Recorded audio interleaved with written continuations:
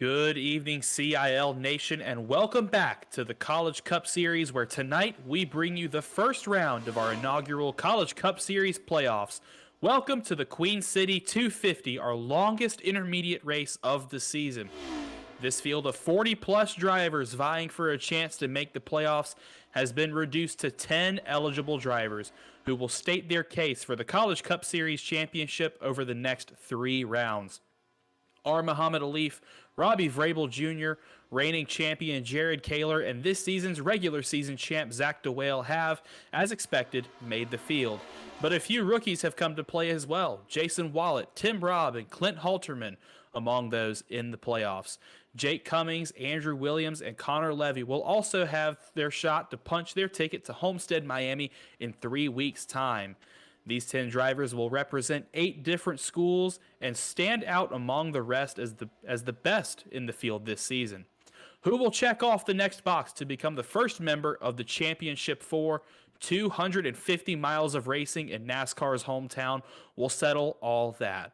Welcome to the Queen City 250. I'm your host for this evening, Zach Lindler, alongside Alex Gagnon in the booth. And Alex, the regular season is over. We are done. That's behind us. And now it's time to set our sights on the road to Homestead. Yeah, and if you are the drivers in the field today, some of these guys are looking forward to putting the regular season behind them. Definitely a lot of ups and downs. For me personally in the broadcast booth, though, I'm a little sad that the regular season has come and gone because we had some absolutely phenomenal races through the opening 10. Hoping the playoffs can deliver a couple of nice finishes the way we did, the way we saw in the regular season. We had some absolutely stellar races throughout the year, and these guys can really put on a show. So with this much more hanging in the line now for 10 of these drivers, could be very interesting to see, especially because unlike the playoffs in other sports, all the other competitors will still be on track with these guys. So you could have a guy who is no longer really in contention for much of anything outside of a race win, who might have something happen, and it could affect the playoff grid in a big way. And if you look at the left-hand side of your screen, we're starting to see some qualifying results trickle in from our drivers on track. But looking in that tower, if your driver's number is in yellow, that means they are in the playoffs. They either won a race during the regular season and punched their ticket in, or they were able to points their way in as the last few drivers. But doesn't matter now. If your name is yellow, you are in it to win it. As you see Tim Robb in that number 5 machine, the Kyle Larson tribute paint scheme there from American University, goes quickest overall with a 30.339. Provisionally, second place goes to Zach DeWale in that 02 from St. Clair College, another playoff driver, with a 30.35. And Jake Cummings rounds out our provisional starting podium from Wingate University. That 95 car was one that took he left it to the very last few laps to get his way into the playoffs. He did exactly what he needed to do to beat the guys behind him and make his way in, but he did a very good job and is a driver well deserving of that playoff spot. But he's sitting in that 3rd position right now, and I'm a little disappointed in what I'm seeing on screen. The mean green UNT machine of Edwin Onofre isn't green anymore. I love the look. I think the nice little whiteout scheme's looking really good, but yeah, it's going to ruin the way that rolls off the tongue for you. I know that was the way you love to bring that car in. But speaking of colors real quick, looking up on the grid, any of the drivers you see with their number outlined in gold, that is one of the drivers we have in the playoffs here. So for example, you see Andrew Williams' name scrolling by. That is an example of a playoff driver. Same deal there with Connor Levy. Any of the drivers you see in blue are a part of our student division. So, for example, Esteban Munoz there. And any of the ones in red, like Jeremy Miller and up there, is part of our alumni division. So, all the drivers in the playoffs still racing for the student and alumni championships, respectively. But they're also fighting for a little bit extra of being the overall CIL champion this year, as right now we're taking a look at the reigning series champion, Jared Kaler. Yeah, these UNC Charlotte guys, they've been quick all season, but tonight there's a little something extra on the line as we're in quite literally their backyard. Charlotte Motor Speedway, only about a 5-minute drive from the University of North Carolina at Charlotte. So something extra on the line for the likes of Jared Kaler and Clint Halterman are two of our playoff drivers from Charlotte, but also Jacob Weist and a few of the other drivers in the field from UNC Charlotte out here. As speaking of color changes, we saw. I think Jared Kaler swapped around a couple colors on his car as well, so a new paint scheme out there for the number 1 machine is he's going to set his first qualifying lap here. We're going to see where that puts him on the board coming down the back straightaway, but Kaler historically very fast. He's relatively struggled this season compared to how he's done in previous seasons. He's been dominant, historically dominant, and this season he has actually yet to find victory lane, but some good points finishes at the end, and hopefully that will give him a big momentum boost, and so will this provisional P2 he will slot into to start off his playoff campaign this next stretch of 3 races. And Alex, if there's anything that motivates you more than anything else in motorsports, it's the ability to bring home the trophy from your home track. Yeah, I mean, there's a lot to be said there, and even in the virtual setting, I mean, this is the one that you become familiar with. This is the one you know the best and usually have the most opportunities to be a part of. And you can see how some of these drivers really handled that opportunity of winning at their home track. I mean, Kurt Busch at Vegas a few years ago is a great example of, the emotions that can be involved when you get a win at a place close to home. And Charlotte is not only home for a lot of drivers, but also a lot of these colleges are based in the North Carolina area, obviously UNC Charlotte being one of them. And having multiple drivers in the playoffs, I'm sure they'd love to not only lock themselves into the finale, but pick up a win here at UNC Charlotte's home stomping grounds, you could say. And looking ahead to after this, our playoff round is 3 races long. So Charlotte tonight being the first round, and the next week we'll head to Michigan International Speedway, and then our final cutoff race where we decide our championship 4 for Homestead is at Bristol Motor Speedway. So that one is sure to be a barnstormer with, all the plot lines and all the drama we've got throughout the field, and of course you got the pressure of the playoffs stacking on top of that as well. This is sure going to be an incredible stretch of 3 races as we're getting ready to close out the season. Yeah, no kidding. And qualifying is coming to a close here. Not sure if anyone else needs to put down a hot lap, but it looks like, if I read that right, we might have a driver or two not make the field. We're only taking, or no, everyone should be in. There's 39 who have run a lap, so everyone does make the show today, which is nice for everyone who came out. I mean, we've had a lot of interest over the past over the season, really, as far as drivers trying to make the cut. And we had races like Talladega last week where 4 drivers weren't able to make the show, but everyone gets to make it here. And now that everyone's going to start gridding, it might be a prime time to start going through the starting order.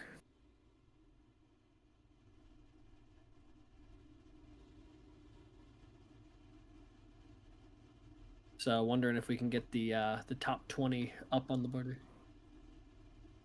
Thank you, producer Scott. And starting off on pole today, it is Tim Robb out of American University, one of our playoff drivers, alongside Jared Kaler for UNC Charlotte, another one of those playoff drivers who finished less than 100th of a second off of Tim Robb's time. Zach DeWale rolls off 3rd here today for St. Clair College, another one of the playoff drivers, with Jake Cummings from Wingate University rounding out your top 4. Matthew Nordberg becomes the first car not locked into the playoffs to hit the grid here, rolling off P5 for NC State. Austin DeLong, 6th for the Penn College of Technology. Andrew Williams finished in the top 10 the last time we came to Charlotte several seasons ago. He rolls off 7th here for Clemson, alongside another top 10 finisher from a few seasons ago, Athena Leclerc. Garrett Vighton for Arizona State rolls off 9th, and Thomas Toomey rounds out your top 10 representing the University of Virginia. Andrew Stagey for Ball State rolls off 11th, alongside Connor Levy in 12th for Arizona State. Esteban Munoz for FIU is in 13th in that number 9 car, alongside Jake Drew for Fullerton College in the 696. Robbie Vrabel Jr. out of St. Clair College rolls off 15th, alongside Jeremy Millerin for the University of Purdue. 2 of those cars very much in the fight for the alumni championship right now. Rhett Crane rolls off 17th for Ball State in the number 6 car alongside Clint Halterman for UNC Charlotte. Ricky Paz in the 19 for Valpo rolls off 19th alongside Matt Stoecki for James Madison University in 20th. Looking at the back half of the field, Edwin Onofre will start 21st for University of North Texas. Jason Wallet starts 22nd for Drexel University, another playoff driver. Jacob Wiest, another driver in his backyard racing for UNC Charlotte, rolls off 23rd. Matthew Burton for East Tennessee State in that 31 car will roll off 24th. Nick Stockner of Clemson University will roll off 25th. He's locked in the alumni points battle with Bradley Daniels right behind him in that Robert Morris University 521. And another alumni right behind them in the 27th position, Colin Kolpa from Indiana University. Spencer Brown from UNC Charlotte as well will start 28th. Christian Hill from Mount St. Mary's University starts 29th. Our Muhammad Alif, I believe, is the furthest playoff driver in the field. He will start 30th for Ball State University, so he's got some work to do ahead of him. Tyler Stone, 31st. Dan Banner, 32nd for St. Clair College. 33rd goes to Anthony Brown from Queens University. Dylan Godinez, 34th. Timothy Wilms for Drexel. Michael Sidor, Penn College. Cody Fadenhauer from VCU returns. Ethan Heads at his outside from UT Knoxville. Alexander Hogarth from St. Clair College. And Ryan Wilson from Minnesota State Mankato. We have a full field tonight. All 40 cars out on track, and it looks like we are about ready to go racing. Lights still on the pace car, so we're going to give these cars another lap to warm up, get some heat in those tires, and get ready to go racing. But if you're one of these playoff drivers, especially our top 4, all with those yellow banners on the car, you can, if you look at the car, you can see the yellow windshield banner and the yellow spoiler tag. That means that driver is in the playoffs. So if you're in the playoffs, you know exactly who you need to race and who you need to put behind you. So these 4 drivers up at the front are definitely more comfortable with their starting positions, but if you're in the back or in the middle of the field, if you're one of those playoff drivers, you've definitely got some work in front of you to do, but 250 miles of racing is a long way to go. In fact, I think they would be racing from Charlotte to about Washington, D.C., I think it might be just over 250 miles. So if that math checks out, if you someone can fact check me on that, please. If I ran that distance from where I'm sitting right now, I could probably meet them in DC, because it's probably about the same distance from Pittsburgh to DC as it is from DC to Charlotte. So, well, you got about 2.5 hours to do it, so you better get started. Yeah. All right. Let me go fire up the car real quick. I'll jump out there and see if I can join the boys. Lights out on the pace car. We are coming to the green flag this time by in the Queen City 250. Tim Robb, Jared Kaler make up your front row. Zach DeWale, Jake Cummings right behind them. 4 playoff drivers to cap off the field. As you can see, Barney with the green flag in hand. They're going to approach the starting zone. Tim Robb puts the hammer down, and we are racing at Charlotte Motor Speedway.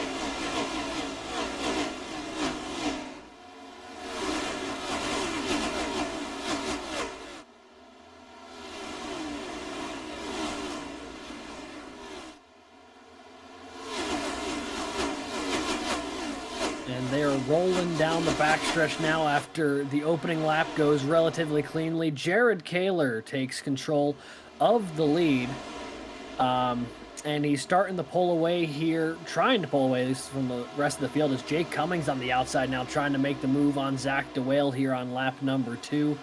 Kaler leads the opening lap. 2 more of the playoff contenders directly behind. Then Nordberg back and forth. And the caution is... Oh, and there is a scrapyard already.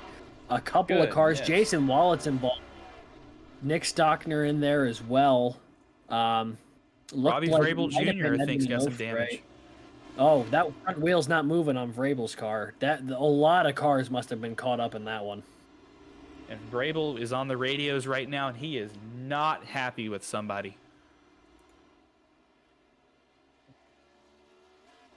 We'll have to take a look at the replay here and see what happened. By the time we got an opportunity to see it, it was already a scrapyard out there. So taking a look here, that is Timothy Wilms in the 86.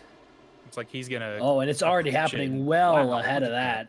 There was a absolute bottleneck of cars going in the one there. So now on board with Vrabel. Vrabel's Oh, sideways what in into the the world? wall already. It didn't even look like he tried turning. Unless he makes her... Oh, he's already in the wall well before that. What happened here? So this wreck actually happened the entire way down the front straightaway. Vrabel's 3 wide. You can see Thomas Toomey on the outside, Jeremy Millerin on the bottom. And it looks like Vrabel and Millerin made contact. That sent Vrabel up the track.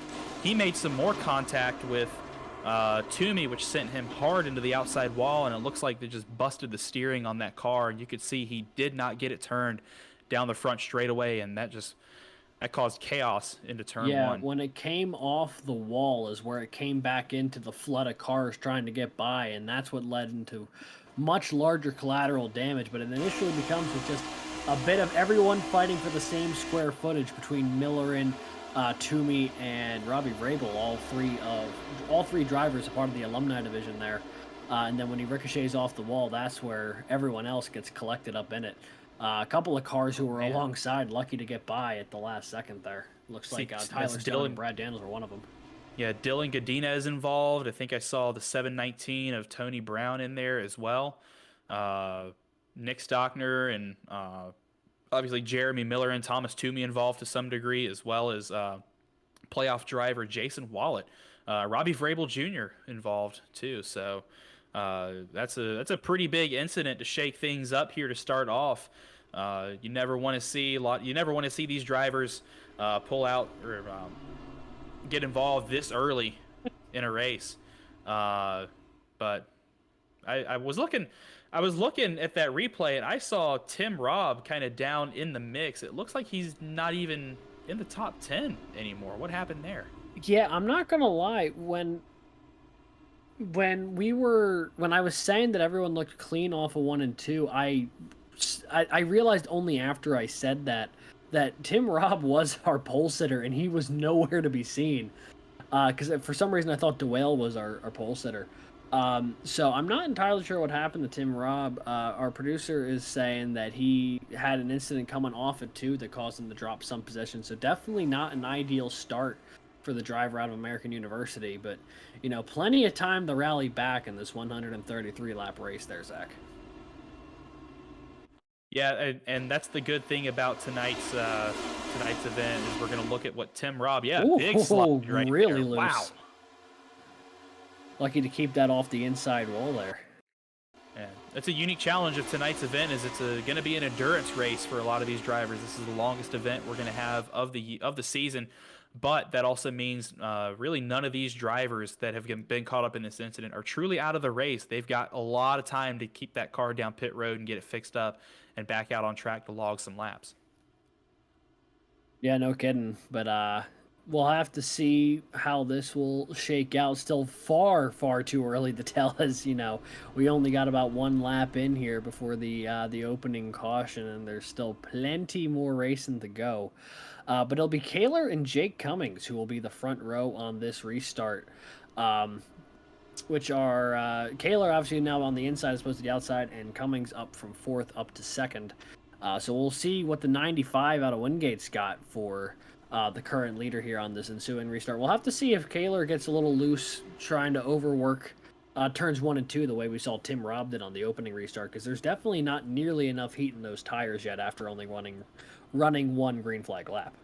Oh, not at all. These tires take at least about 2 or 3 laps to get up to temp, and then according to these drivers, this car is on rails, this setup tonight. Some of them think it feels great that they're able to just sit the car down in the turn and put the gas down and go. But some are saying it's a little too tight for their liking. So it'll be interesting to see how the tires develop and the cars develop and the setups settle as the run goes on between these different drivers. But we'll have to get a long green flag stint in before that. Only a few laps done here tonight, about 5-6 laps in. I believe we will be coming to lap number 7 when we cross the stripe this time. You can see the lights out on the pace car. Jared Kaler and Jake Cummings make up the front row. Jake Cummings was able to keep it together through the wreck, through the chaos, and keep that really good start. He jumped from that second row up to the first row. Drew Williams, I believe, had a pretty good start there for a minute. He was up from about the bottom half of the top 10 up into the top 5, but it looks like he lost out on it just as the caution came out. He will start in the third row, but looking at our second row, I believe we have Zach DeWale, and Matt Nordberg has cracked the top 5 as well. He has advanced up to the 4th position, but the pace car is off. Drivers are stacked up 2 by 2, and I believe they have tacked on one more caution lap. Not 100% sure what's going on there. Race control must have seen something to add an extra lap there. Maybe the grid wasn't fully set yet or something. Certainly an odd one though, because I mean they were literally just about at the stripe before they tacked on an extra lap here. So, guess we'll circle around one more time here, trying to get it queued up and ready to go. We still have 4 of our playoff drivers in the top 6 at the moment. Technically top 5 whenever Williams gets alongside the 42 there. We're going to the replay here and taking a look. That's Anthony Browns out of Queen's University. Is Charlotte? Oh, what is?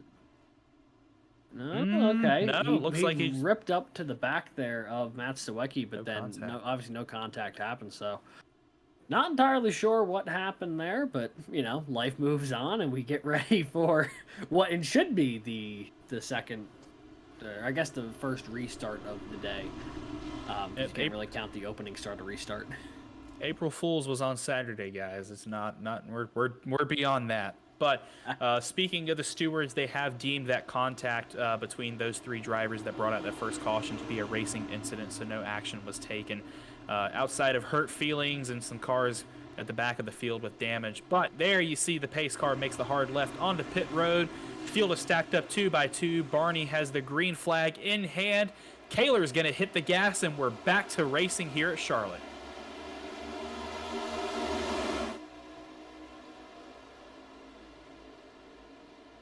Not a great restart there for Jake Cummings in the 95. DeWale already passed him. Now Cummings under fire from Matt Nordberg for 3rd. DeWale gets a great run down the backstretch. He's going to look to the inside of Kaler here as they dive into 3. Side by side through the corner. It's the 0-2 of Zach DeWale and the 1 of Jared Kaler. 1st and 2nd in the standings last year. Currently running 1st and 2nd here on lap number 9. Yeah, you said it best. Shades of last year's championship running up until the very last lap of the last race last season. It's the 1 and the 0-2 going at it, but it looks like the 95 of Jake Cummings, that Wingate car, is going to have something for these 2 drivers going down the back straightaway. And don't look now, here comes Drew Williams with Matt Nordberg in tow right behind him. Williams going to go to the bottom and defend against the 42 of Garrett Vighton, but now Jared Kaler has cleared out front of DeWale and Jake Cummings, and now DeWale has that inside line underneath the 95. Drew Williams going to go with him as the 2 are still side by side through turns 1 and 2. Coming down the back straightaway, we're going to see if any one driver gets a better run over the other. Doesn't look like it, as they are almost 3 wide coming out of the corner halfway through the field. Yeah, it may only be lap 10, but already the gloves are off and people are doing battle throughout the field. It's running as high as 2nd, 3rd, and 4th as those 3 cars all over each other right now, trying to be the one to challenge Jared Kaler for the lead. But there was plenty of battling farther back. I see Matt Nordberg and Esteban Munoz squaring off for 7th and 8th as well, just behind them. Certainly a lot of battling going on, not just in the top 10, but throughout the field. But one of the most intriguing battles, at least for the terms of the CIL Cup Series playoffs, is right now those top 4 cars. Andrew Williams trying to get by on the outside of Zach DeWale.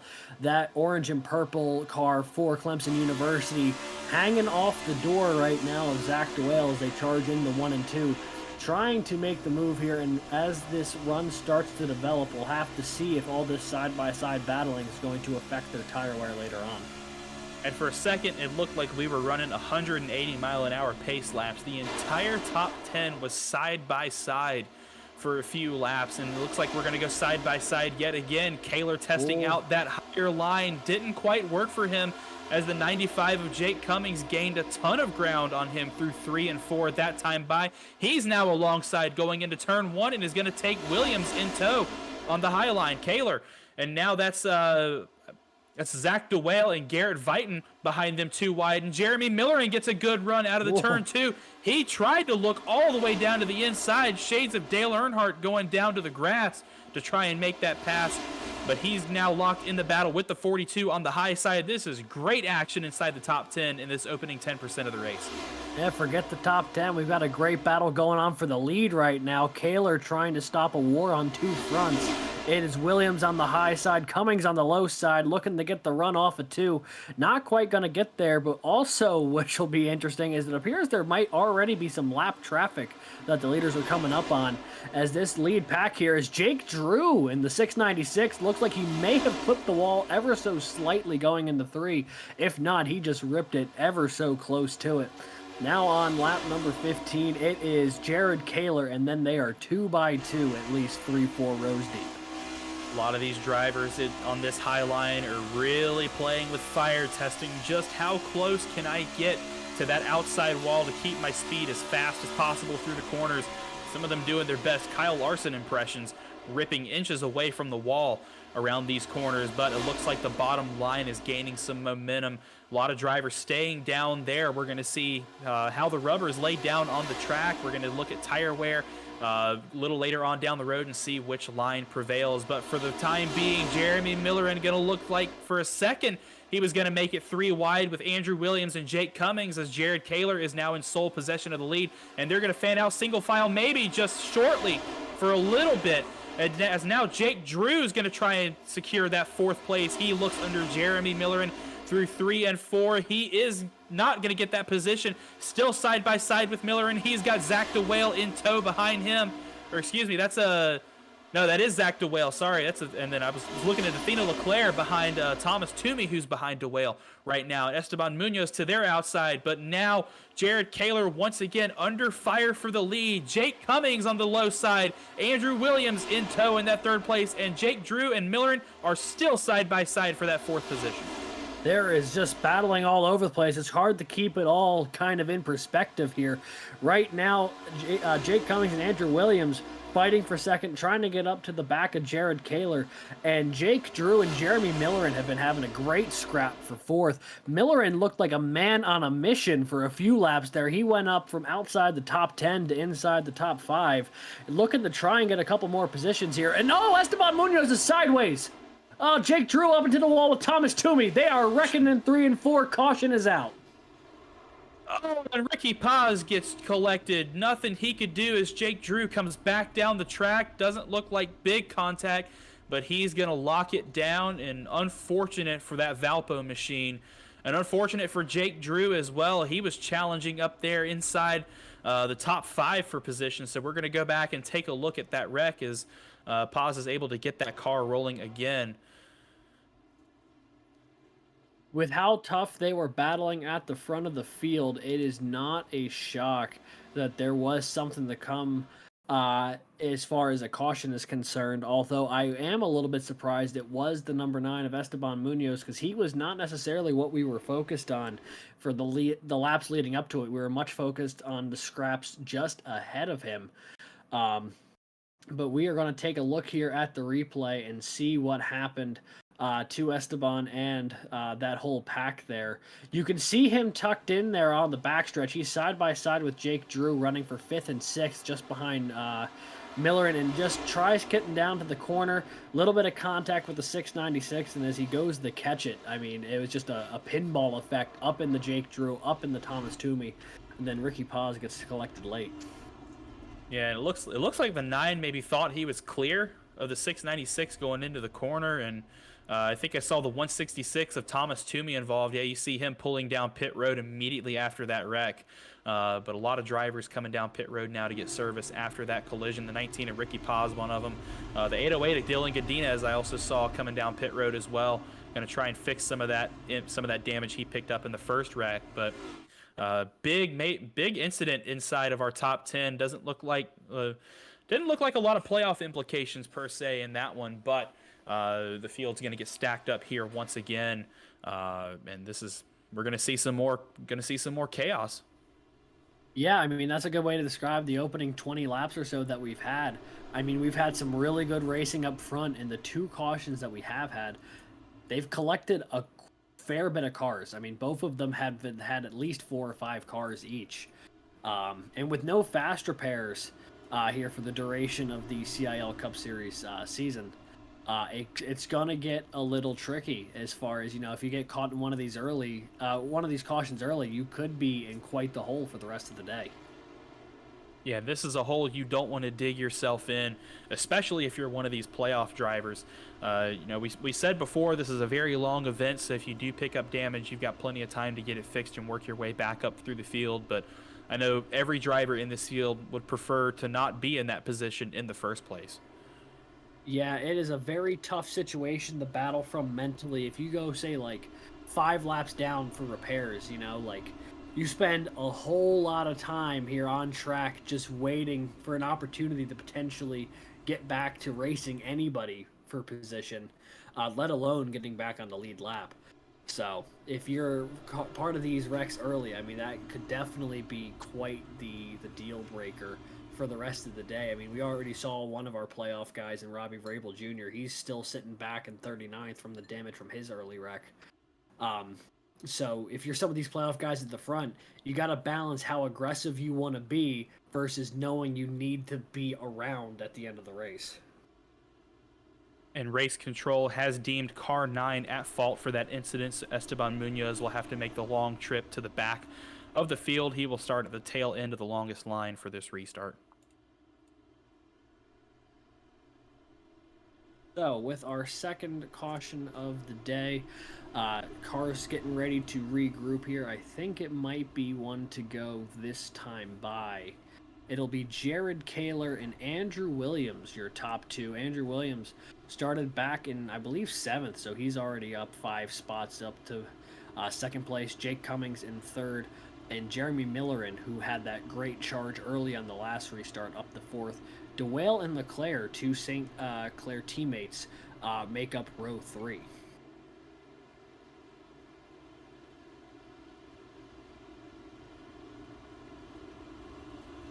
Working on lap 22 of this Queen City 200, 133 laps in this event tonight. You can see the field stacked up 2 by 2, coming to lap 23. So slowly taking off the laps in this event, but still a long way to go ahead of us tonight. Drew Williams has cracked that front row for the first time this evening. He will start to the outside of Jared Kaler, but still some very, very good cars behind them. I'm seeing a lot of yellow gold playoff banners up towards the front of the field.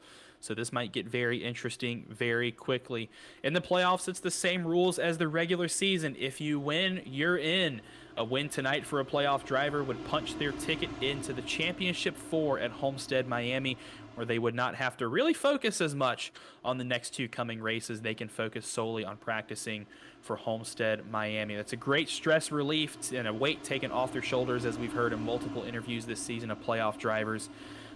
So surely all of these drivers inside the top 10 with those gold banners in the playoffs are vying for this win, but we still have a lot of racing to go through. Side by side, they come to the restart zone. Jared Kaler, your control car, he's going to get a bump from the 95 as he hits the restart zone, and we are back to green. Saying a bump, I feel like Millerin's already sideways. Jeremy Millerin is sideways in turns 1 and 2 with Athena Leclerc. That's certainly going to bring out another caution, I'd imagine. Everyone looks like they're taxing us. So caution is out. There comes the pace car. They hadn't even hit turn 1 yet before the 100 of Jeremy Millerin and the 61 of Athena Leclerc sideways onto the to the inside wall there of 1 and 2. I was just about to say that Jake Cummings gave Jared Kaler quite the bump right off the restart there and gave Kaler a great shot to get going in turn 1, but that is going to be for naught, as already we're going to have to try and regroup and see what happened here. Yeah, this one's going to be interesting to look at, and I'm thankful I'm not one of our live stewards here at the CIL, because when obviously on a restart you want to fight for as much position as possible. You want to you want to take advantage of the cars that are all grouped up and bunched up around you.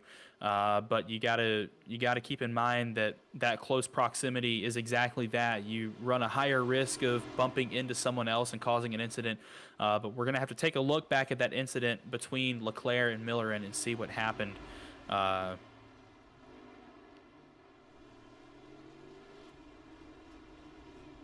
as you see Jared Kaler having a little fun with the pace car right there. But here's the incident. You can see the Purdue 100 machine in that 4th position in front of the 61. And there was actually Colin Kolpa's already sideways behind him as Athena Leclerc just gets to the inside of the 100 and around they both go. But yeah, Colin Kolpa also, I don't even know if he made it to the start-finish line. That was just a rough restart all throughout the field. And I think I heard someone talk about a money shift on the radios after the restart. Yeah, you can see Athena Leclerc. I guess she thought Millerin was going to move a little more up the track and just stayed right at his quarter panel moving up. But Leclerc definitely got the worst of those two out of that incident. She made some pretty good contact with that inside barrier. Millerin kept it relatively clean. We're going to take a look now at Colin Kolpa. Oh, Hogarth gets turned, just steers it.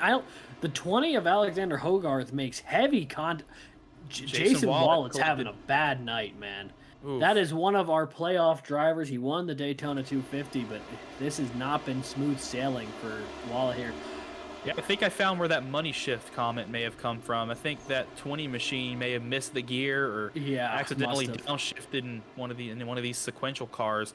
But that car hooked left straight into the 006, and Jason Wallett once again is so beat up. A victim of circumstances. It looks like that car has definitely seen some better days. A lot of repairs await that machine on pit road. And stewards report car 20 has been deemed at fault for that caution. So Hogarth, if his motor is still working, will start from the rear of the field. I wonder if there'll be any action taken against the separate incident at the front there between Leclerc and Miller, because that was what we saw on the broadcast first, obviously, but definitely the caution was thrown for the bigger incident back farther in the field. But curious to see if that comes to any sort of fruition. Both of them, I mean, got penalized pretty hard in the fact that they had to come to the pit lane to get repairs, so they're now 27th and 30th respectively, as opposed to 4th and 6th. But two of our playoff drivers already with really bad fortunes so far tonight here at Charlotte. Jason Wallett, one of them for Drexel. Robbie Vrabel, the other one for St. Clair, who's also in pit lane at the moment in 39th. So already of our 10 playoff drivers, 2 of them with significant damage and potentially out of this race. Yeah, it looks like Vrabel's going to try and wait to see how much damage iRacing will fix on his car. Jason Wallett liking to stay out on the track and try and keep that car competitive. Looks like some aero damage and body damage only on that machine. He's driving it relatively straight, so hopefully he'll be able to stay out and make a good case for himself on track. Gonna cut through some lap cars, getting sent to the back of the field. We should be coming up to the restart relatively soon here. The stewards are looking at the 61 100 incident as we speak. Gotcha. Well, it's been a bit of a slow start as far as time frame, but it's been no short of action, I'll tell you that much. Already quite a lot of talking points here for not only the rest of the race, but probably the rest of the playoffs. You know, if some things don't go the right way for a couple of these playoff drivers, they could look to Charlotte already to be like, well, this is where things started going downhill. So our front 2 have not changed from our last attempt at a restart. Actually, front 3, it is still Kaler, Andrew Williams, Jake Cummings. Now, Zach DeWale inherits 4th. Tim Robb has finally found his way back up into the top 5 after a very rough lap 1. He finds himself back in contention here. And I do believe that is Connor Levy in 6th. So all 6 of our first 3 rows, they are all playoff drivers. Looking at some of our big movers, Connor Levy started 12th. He is currently running 6th. Rhett Crane started 17th. He is running 7th. And do I see... That is Muhammad Alif. He started 30th, and he is on the verge of the top 10 in that 11th position. So he is up 19 spots from the start of this race. That's going to make a great case for him in the Hard Charger Award. But we still have a lot of racing to go in front of us.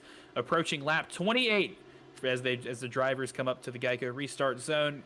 Kaler hits the gas, Barney throws the green, and we are back to racing at Charlotte. Spencer Brown, I think, back there in the 52 must have missed a shift. Luckily, everyone's able to get around him as they make their way in the 1 and 2, but the 52 car for UNC Charlotte definitely slow off the restart. Everyone with the heads-up play to avoid him.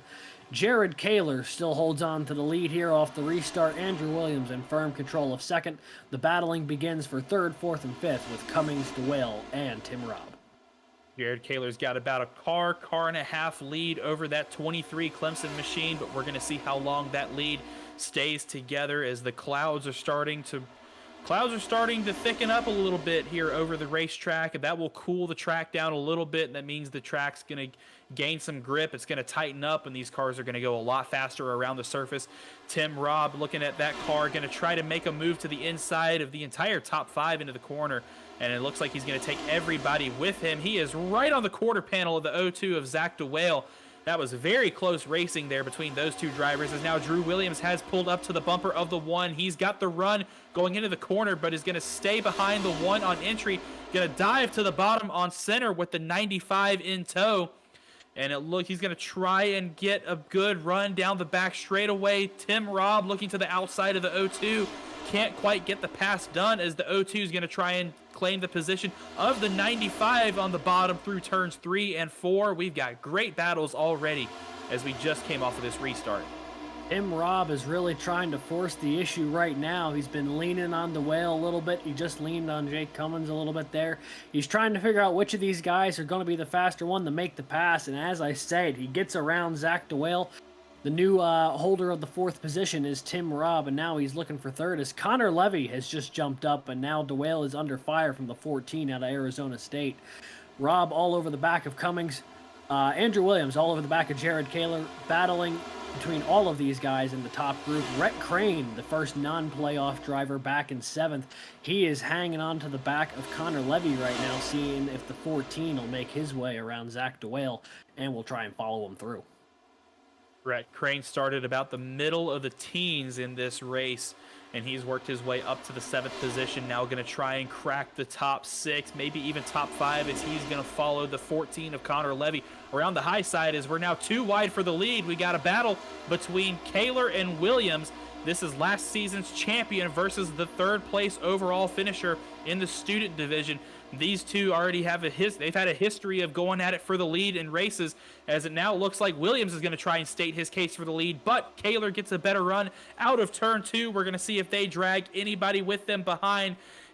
Williams outbreaks Kaler by a little bit going into turn 3, and they are still side by side for the lead and momentarily for 2nd place, as Tim Robb is going to make his way around the 95 of Jake Cummings for 2nd. He'll hold on to that position, albeit only temporarily, as Williams gets by Kaler for the lead. We have a new leader at Charlotte.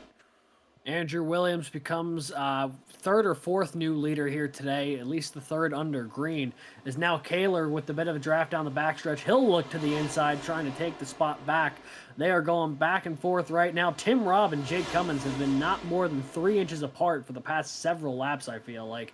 They have been side by side in every corner that they've tackled.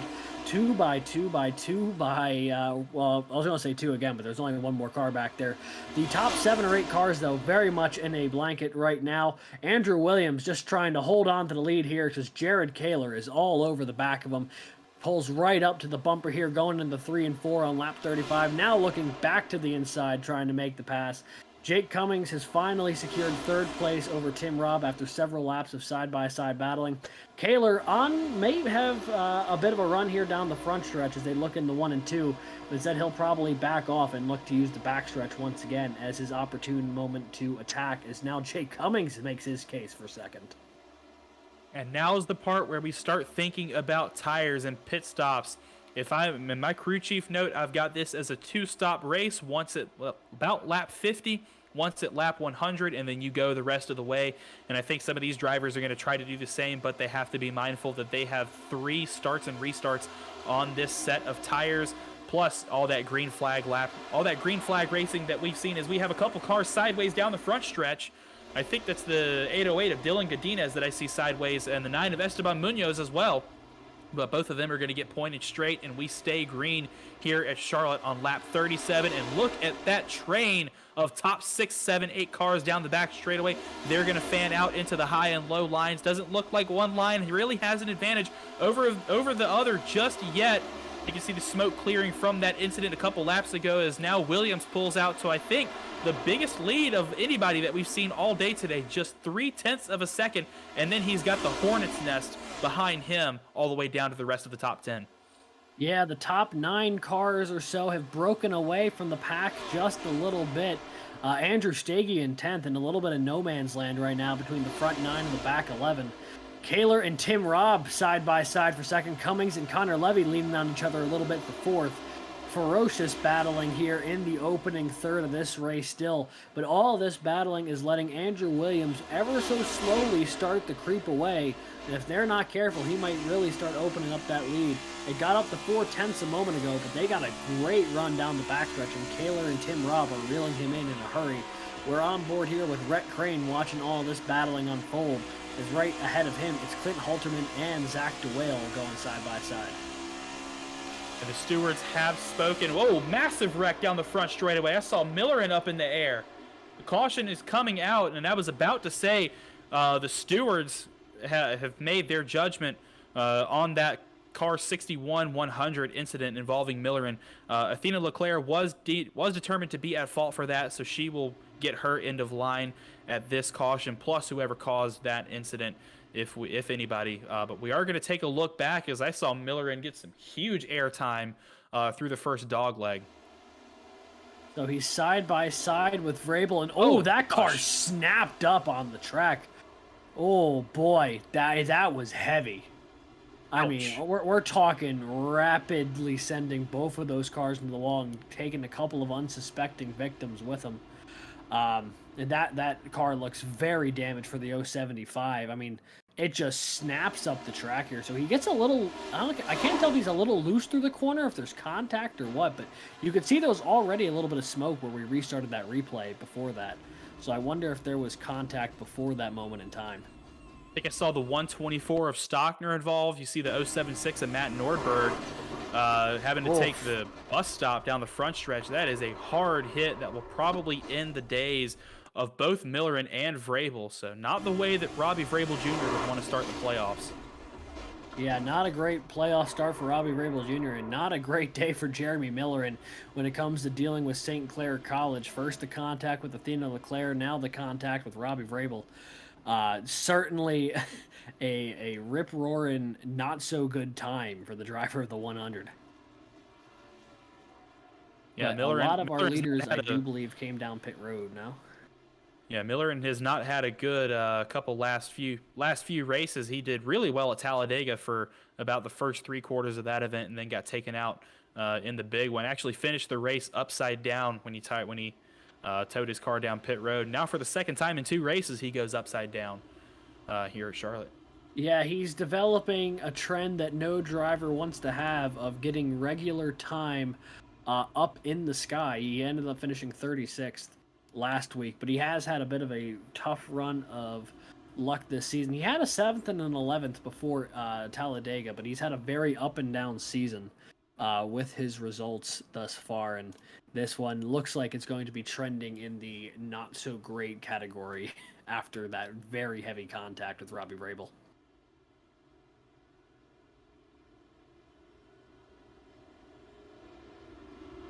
And Zach, you were saying the 61 has to serve a end of line at some point here?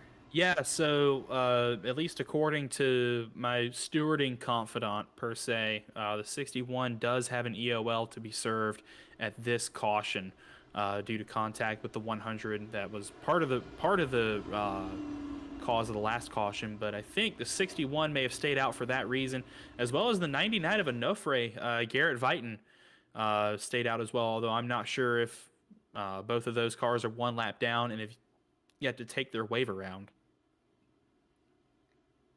Okay, so they did stay out. Little bit of tire strategy we're seeing already, but with 40 something laps on these tires and 3 restarts, I'm not really liking that call personally as a crew chief. I'm thinking, yeah, you definitely want to come down pit road and get tires, but we're gonna see what happens. If it works, it works. If it doesn't, then we're gonna see them drop down the field very quickly here. But we hope all the best for them because this will be really interesting. I think one of the big things we could see is, I mean, we've had 3 major cautions here in the opening 42 laps as we see the 61 dropping back to serve that end of line.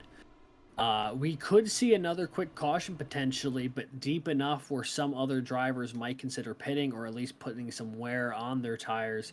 So, I mean, I like this strategy a lot, honestly, for an Onofre and Viton. I mean, they're not in the playoffs per se, but they're still battling for wins like anybody else.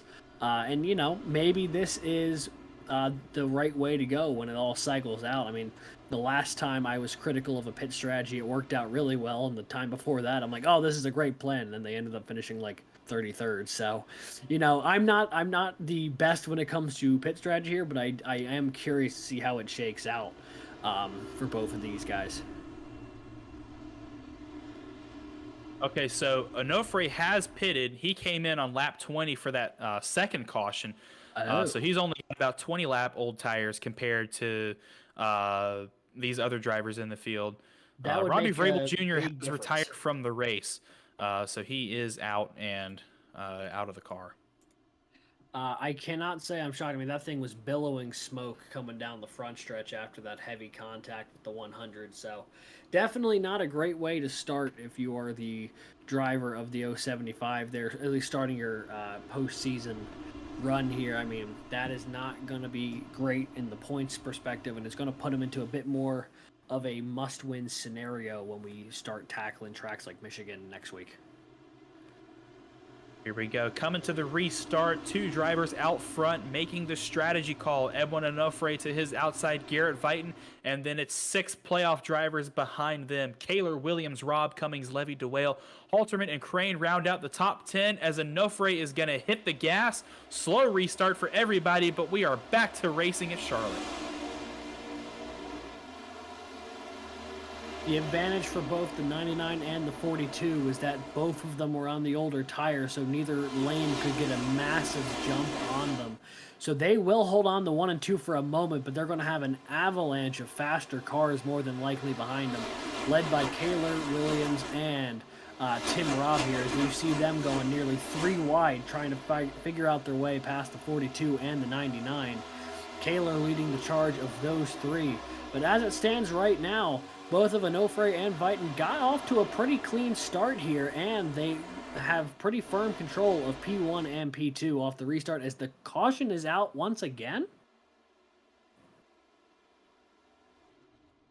Jason Wallet and Cody Fendenhauer around. Looks like another St. Clair car. That's Athena Leclerc who's sideways. Dylan Godinez. Not ideal. I mean, Jason Wallet has hit everything today if you could. It does raise an interesting question of what is willing that car to continue the run. I mean, that is the 3rd different incident we've seen that 76 involved in. Granted, none of them, at least to this point, have been his fault. This replay might be different. I don't know. But that car has taken a beating. Oh man. What in the hell? That was 2 completely separate incidents. That just happened simultaneously. Yeah. So... I think I'm going to need that, see that in a slightly slower time to break that one down, to be honest with you. There you see the 61 and the 804 side by side. The 719 of Anthony Brown comes up off the pace, and Cody Fendenhauer has just nowhere to go. And that's what kicks off at least incident number 1. And then behind them, that was the 808 and the 20 of Hogarth. Yeah. They come up into the 76 of Wallet. It was Leclerc and was that, it was Leclerc serving that end of line. That's true. Well, no, this is the head dipping down, because the 61 was involved in the incident with Fendenhauer and Brown. Yeah. All these the St. Clair cars rocking the similar liveries. It always throws me. That's all me. That is my bad. But yeah, so it was Hogarth and Godinez on the inside of Jason Wallet, and then I think Leclerc gets caught up with Cody Fadenhauer and Anthony Brown, bringing out our. It says third, but I think it's actually our fourth. SDK's having a normal one out here today.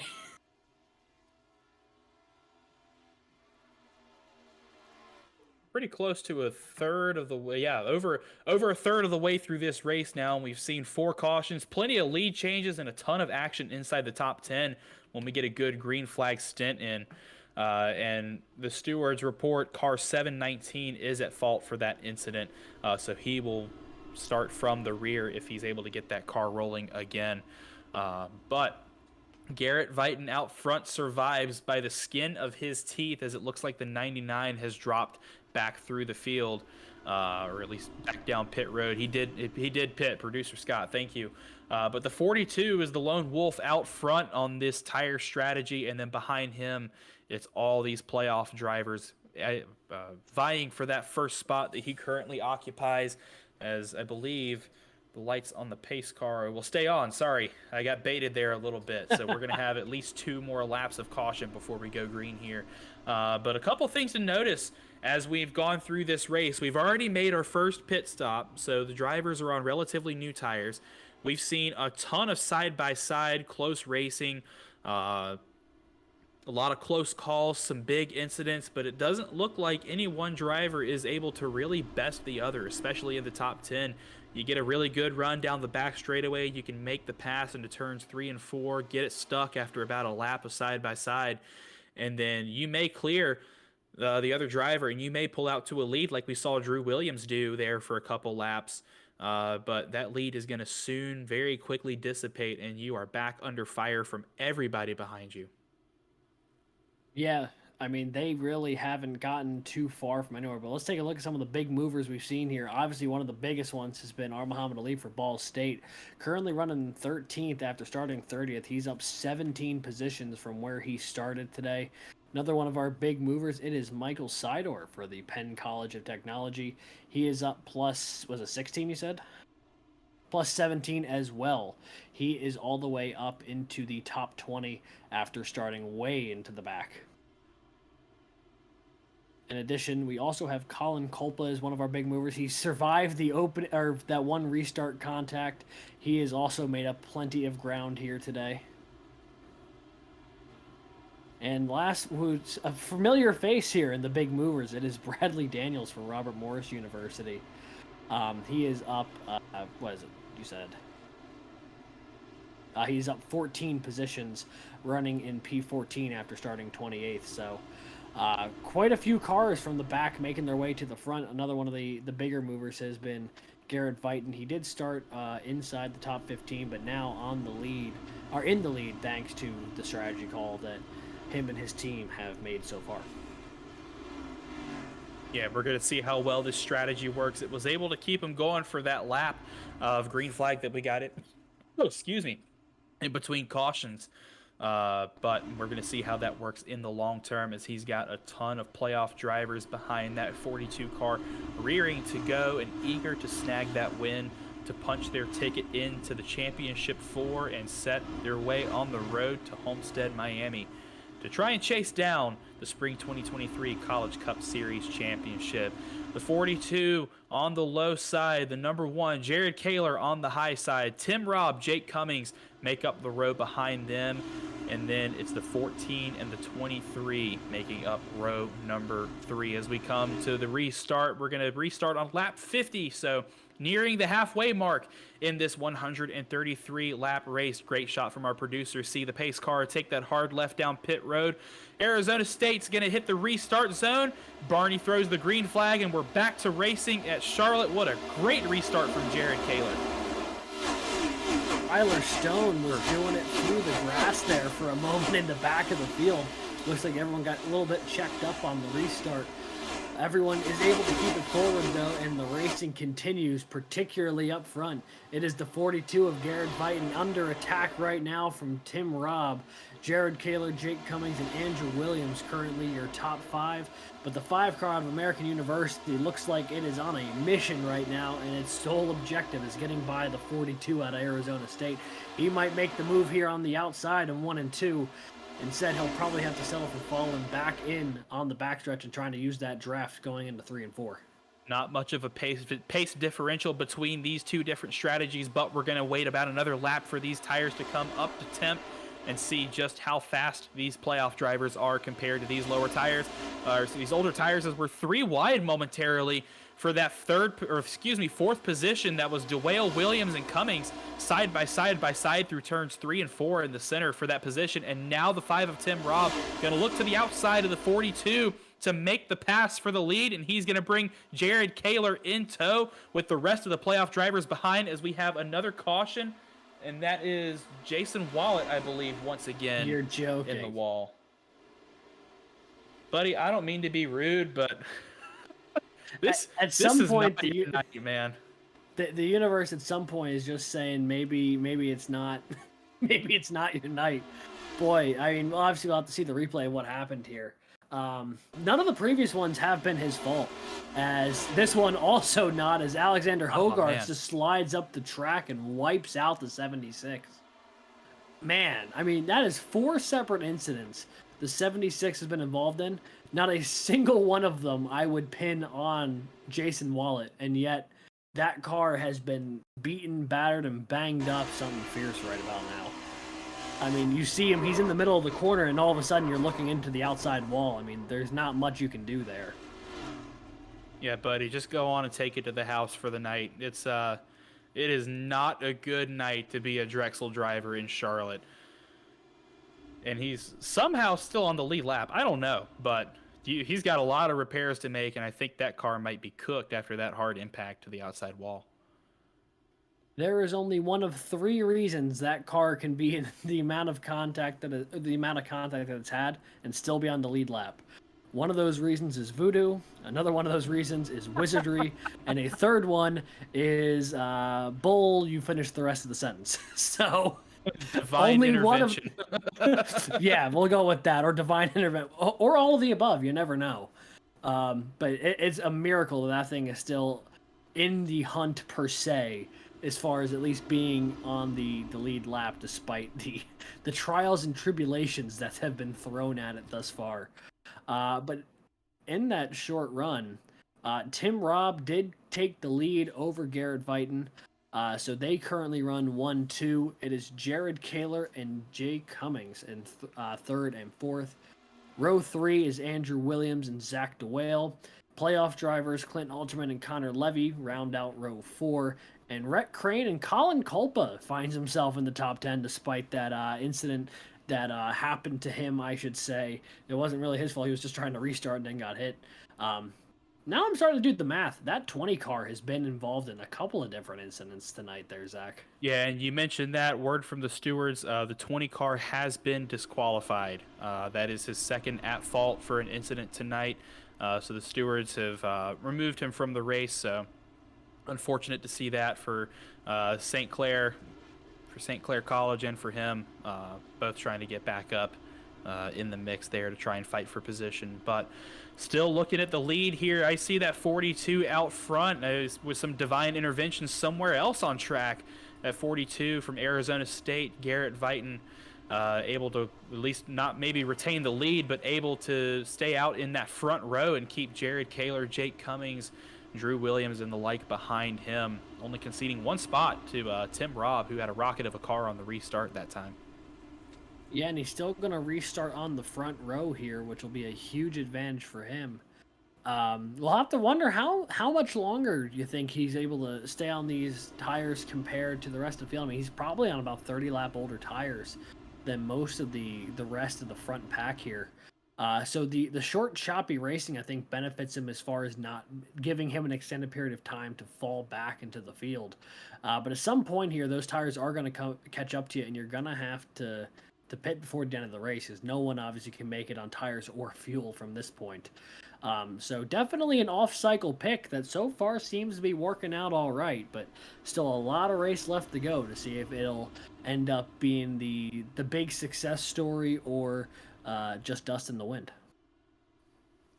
Hopefully we'll see a success story out of this because I want this strategy to work. I'm always a sucker for interesting pit strategy and trying something different than the rest of your competitors. Obviously the 42 has shown this season that he has speed, but to be able to work his way up to the front from mid pack to the front row off of pit strategy, that's always a testament to a different way of thinking inside the cockpit of well, maybe I don't necessarily need to be the fastest on the track. I just need to be the smartest. Yeah, I mean, we know that the 42 has some pace. I think back to that Kansas race many a week ago, back in the third round of the season, where he pit with like 10 laps to go, and cycled back to like 30th, and because he was on the fresh tires, charged up back into the top five. It was something spectacular to watch. Didn't end up resulting in a win, and Viton did not end up qualifying for the playoffs.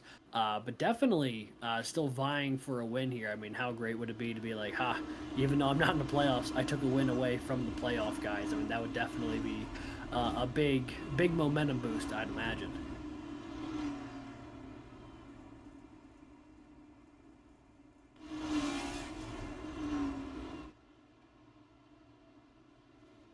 So, with the pace lights out, they will be going green this time by as they hit the stripe for lap 57. It'll be Rob and Viton in row 1, Kaler and Cummings row 2, Williams, DeWale row 3, Halterman, Levy, Culpa, and Crane your top 10, with DeLong, Daniels, Paz, Alif, and Nordberg. Within the top 15 as well, the pace car makes the sharp turn down pit road. As they roll up toward the Geico restart zone, Tim Robb waits for the green flag. Air it is in the air, and we are racing once again at Charlotte.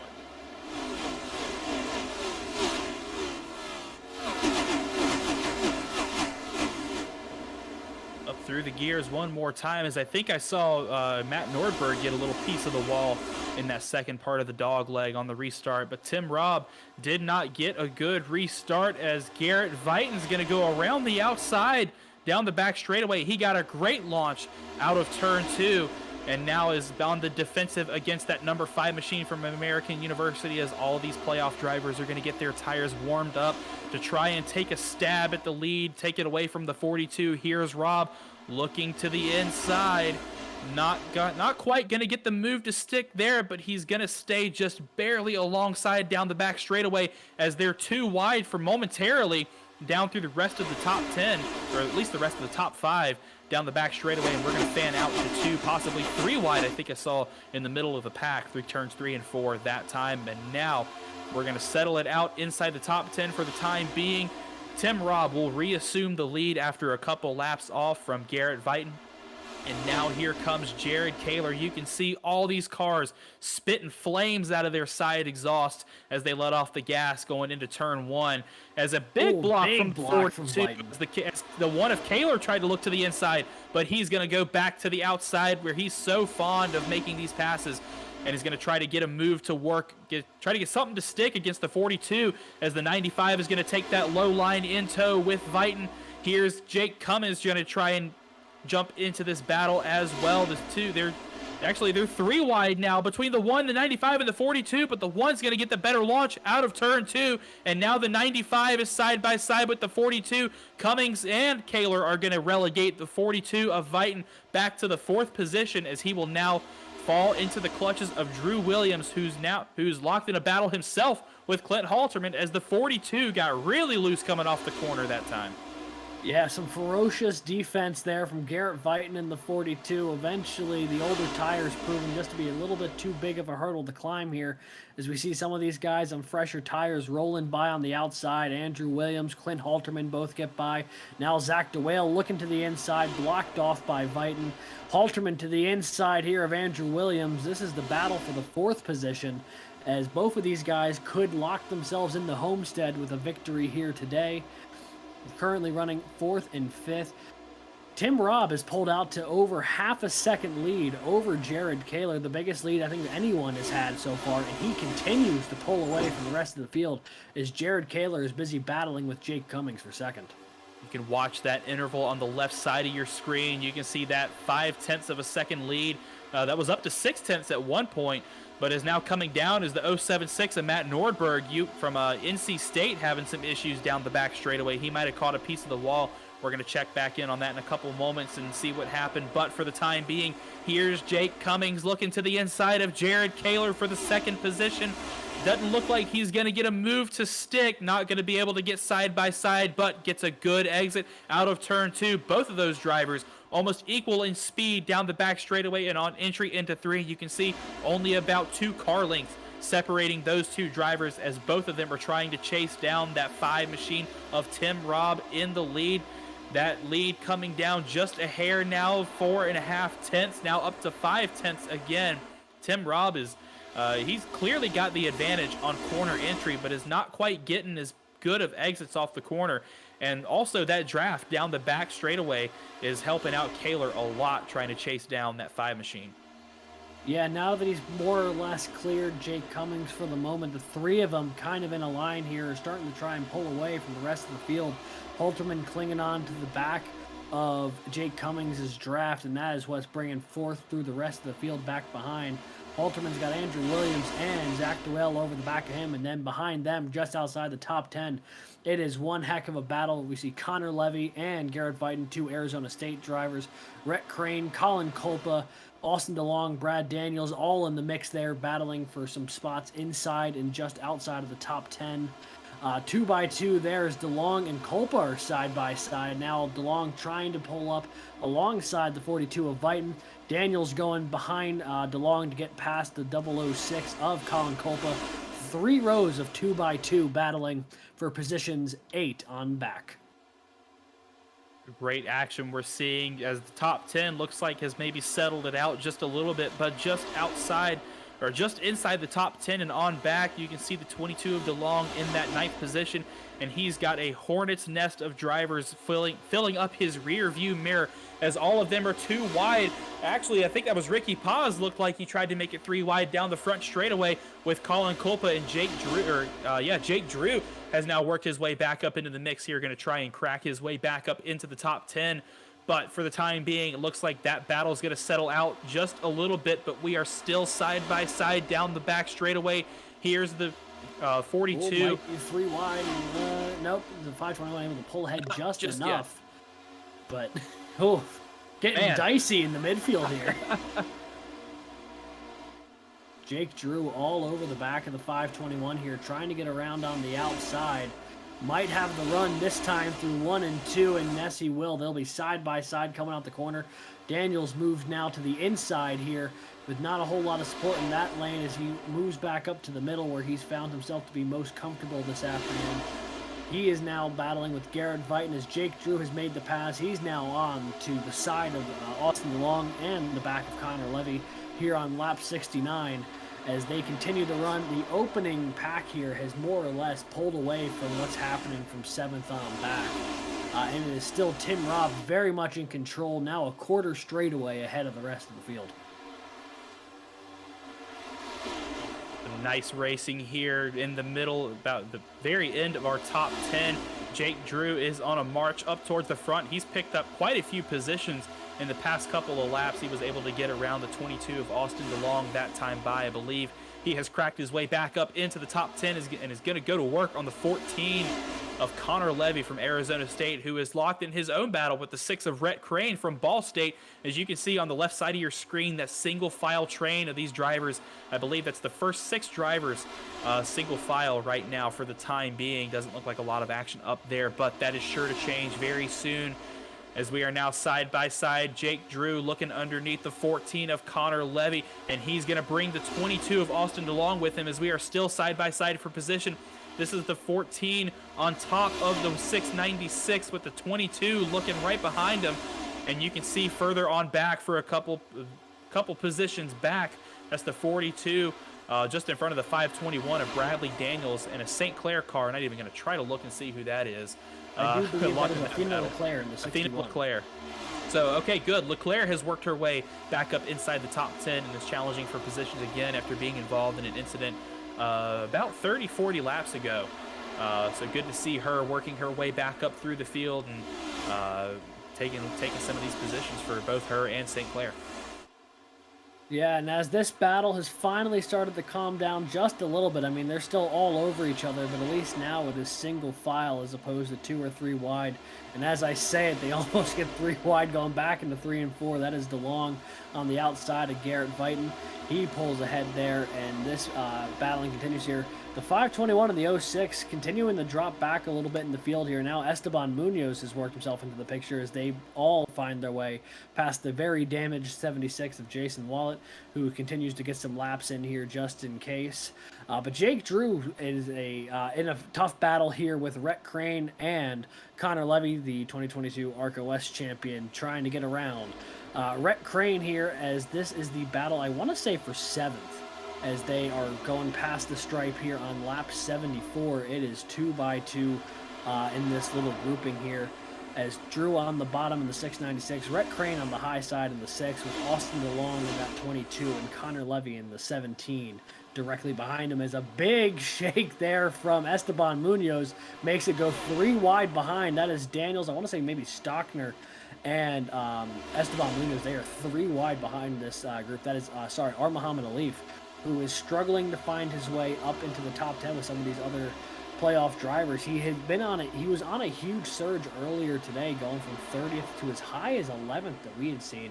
But now he has settled back into the 14th position and has not made a ton of ground since. Meanwhile, nothing has really changed up in that top 6, both in running order and in how far they are from each other. All 6 of them have just kind of settled in and are continuing to run some laps here, putting a dent in the lap counter. Meanwhile, Jake Drew, up to 7th, has finally cleared that big pack, and now he has his sights set on the front 6. And you know what? While we've got a little lull in the action here on track, I think it's time, Producer Scott, I think it's time we do a little CIL full send.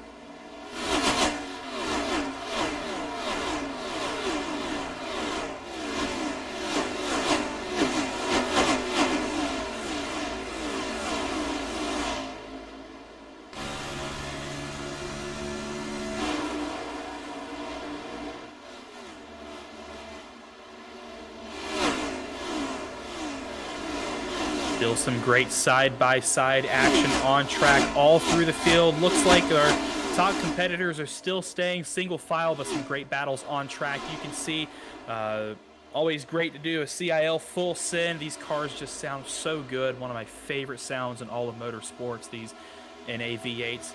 As we're now looking at the 22 of Austin DeLong trying to chase down the 696 of Jake Drew. This is Penn College on Fullerton action as Arizona State in that 14 machine of Connor Levy lies just ahead. This is the battle for the 7th position on track.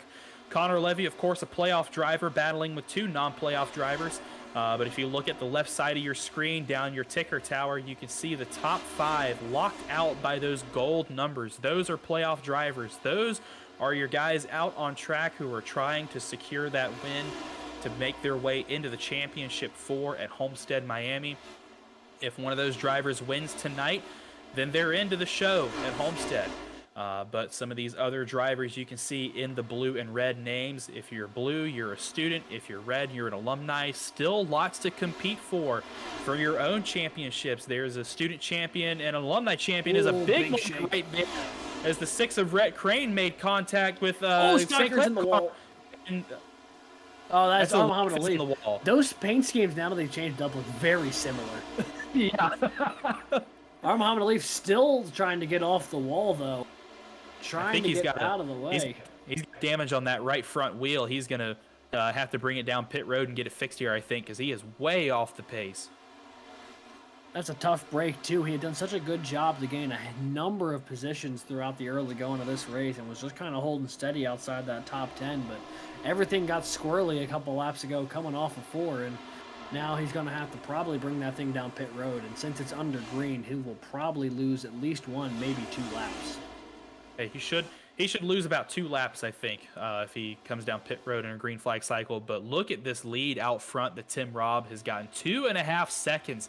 That American University car has gapped the rest of the field. Jake Cummings in second place. You can see Drew Williams still right behind him for that battle for the second position. So still a lot on the line as we still have another green flag pit stop to make. Here's the 0-2 of Zach DeWale from St. Clair College. In fact, let's just run through about the top 10 or 15 or so of drivers. Zach DeWale right now running 4th. He's going to try and chase down those 3 guys ahead of him. And then 1 spot back to Jared Kaler, reigning series champion from UNC Charlotte. He would love to pick up a win in his literal backyard.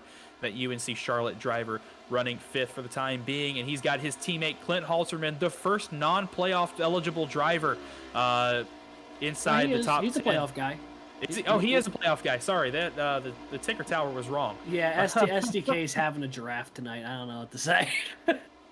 Halterman is a playoff driver. He's battling his teammate to try and get around him for that win. And then Jake Drew is our first non-playoff driver, running in that 7th position for Fullerton College. Looking back onto 8th, this battle for 7th heating up. Connor Levy lost that 7th position, but he wants it back so much to try and get around him to make his run up towards the front for Arizona State. And then back to 9th, we have Austin DeLong for Penn College of Technology. He is the first of their drivers in the field tonight. And then rounding out our top 10, we got to look a little further back to Rhett Crane, our sole Ball State driver inside the top 10. And I wonder what happened to a Leaf there. It looks like he got a little loose out of turn 4 a couple laps ago, which led to that incident, or maybe some contact, or maybe some... We're seeing some of the track change a little bit and some wear on the tires coming into play, as we've got about 13, 14 laps before we're going to start seeing green flag stops. Yeah, I'm not entirely sure what happened, not having seen a replay on it yet, but what I could see is that there was some cars getting pretty loose off of 4 to begin with before even a Leaf had gotten there, and then I think to get out of the way of the people who were already a little sideways, he had to make a move and kind of either overdid it or got tapped or something. Not entirely sure, but there was definitely some action going on just before that moment as well that could have contributed to it. Nice group of 4 cars going at it right here. Jake Drew is going to drive through all of them. He's going to get around the 07 of Clint Halterman for that 6th position. A couple more battles going on as it looks like our battles inside the top 5 have restarted. This is Zach DeWale trying to make a move on Jake Cummings. He's actually gotten around Drew Williams already, locked in the battle with him. And now the 0-2 is going to try and put a move on the 95 going into turn 1. The 23's got the draft, and the 95 goes to take away the 0-2's line on the bottom. That's going to leave Williams up to the high line all by himself, but he's going to have the better run down the back straightaway. Here's DeWale looking at the back bumper of the 95. Williams makes an aggressive move to the inside to try and put a move on the 0-2, but can't quite get it to stick as DeWale and St. Clair are going to come out on top that corner, but they still have the Wingate machine of the 95 up in front of them. Yeah, this is the battle for 2nd, 3rd, and 4th after having a nice sort of calm past 20, 30 laps through this section of the field. Everyone decided, all right, it's go time again. Let's make something happen. And they are going at each other right now. Andrew Williams diving to the inside of the whale after Cummings blocked off the door from the 0-2. Now the 23 alongside, but falling back on that inside line. on these older tires, that outside is going to get quite the run here coming off of turn number 4, and Doyle able to hold on to third for the moment. But all this battling has let Jared Kaler in the 1 back into the picture, and it is a 4-car battle throughout the top 5. But all this battling has allowed Tim Robb to pull to an over 4-second advantage on the rest of the field here. He has checked out. And unless something drastic happens, I don't think anyone's going to catch him until at least the pit cycle, and then we'll have to see how that unfolds. Yeah, this is going to be interesting. Looking about 10 laps here. Well, 8, I believe, is when the window opens. 110 is about we call that the money zone. That's where you want to make your stop, and you want to be absolutely perfect under these green flag conditions. Because like we said earlier, when you stop under green, you lose about 2.5 laps coming down to pit road to get service. As now Zach DeWale looks to the inside of Jake Cummings, going to try and get every position he can, because all 4 of these drivers know that green flag pit stops are coming up. As the 95, I think, got a little piece of the wall coming off of turn 4. He's going to lose the momentum off of that great exit he had, and is going to stay side by side with Zach DeWale on the low side, as now Drew Williams falls into the clutches of Jared Kaler, who's going to try and go to work on that Clemson machine. And they are battling for second here. Neither side getting an advantage off of turn 1 and 2. DeWale gets a little more aggressive into 3 and 4, but they remain side by side, only inches apart coming off of turn number 4. Cummings doesn't get a piece of the wall that time and allows him to get a nice run off the corner. He gets half a car length ahead of DeWale here, but they are still side by side, as DeWale able to drive it a little farther into the corner on that inside line. But then he just loses out on corner exit here, because that outside line carries a bit more momentum. Right now, Andrew Williams just waiting to see which one of these guys is going to start pulling ahead. For the meantime, he's up behind the 95. But he can't stay there too long, because Jared Kaler's directly behind him looking to the inside. So a lot of moving pieces right now in the top 5, and a lot of mental games of where do I go, where is my opponent going, and who's going to get the better run, and how can I use some of this lap traffic to my advantage. Someone who's not playing any of these games, though, is Tim Robb. That gap nearly 5 seconds now.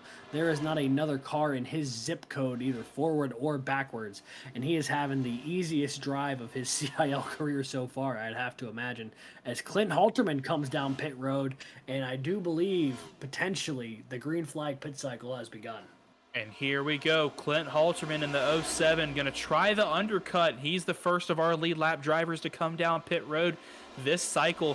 And if you're one of these other drivers on track and you see that, you're thinking, oh man, now comes the time where we really got to start thinking about this pit stop. And then the pressure mounts even more. And Alex, as 2 former drivers here in the booth, that is one of the most stressful things ever, speaking from experiences. Thinking about that green flag pit stop, how you've got to come down pit road, hit every one of your marks perfectly, don't speed on pit road. That's the worst thing you could possibly do, or overshoot your box and then get out on time. Don't speed off of pit road and get back out on track there. And Charlotte is a very hard pit road to get on and off as well. Yeah, there's so many moving pieces, especially for some of these CIL drivers who might not have like crew chiefs or spotters working with them. A number of them do, but some of them don't. So some of them might need to be, worrying about their own settings of how many tires, how much fuel do I put in. While they're actively racing on track, there's just so many things to keep track of, and then not the speed on pit road, entering or exiting, making sure you dive in with only a couple boxes left, so you don't overshoot that.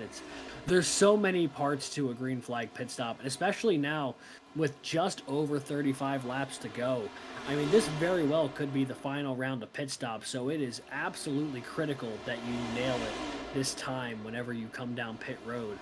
In this mix here, we have some lapped cars, some of the leaders, and then also some cars who pit and are out on fresher tires. So a whole host of cars in very different situations, and that can also get very challenging, because you start to wonder who's on fresh, who's not. As you see Thomas Toomey now roaring down the inside, he's one of those guys on fresher tires, and it can get really dizzying in the field when everyone's in different pit situations like that, as the 166 on the fresh tires just slicing up through the top 5 cars right there. And if you're the 95, the 23, and the 1, you saw the 166 just absolutely smoke you through the corners. Look at that. Look at that pace differential. That was insane off of those fresh tires.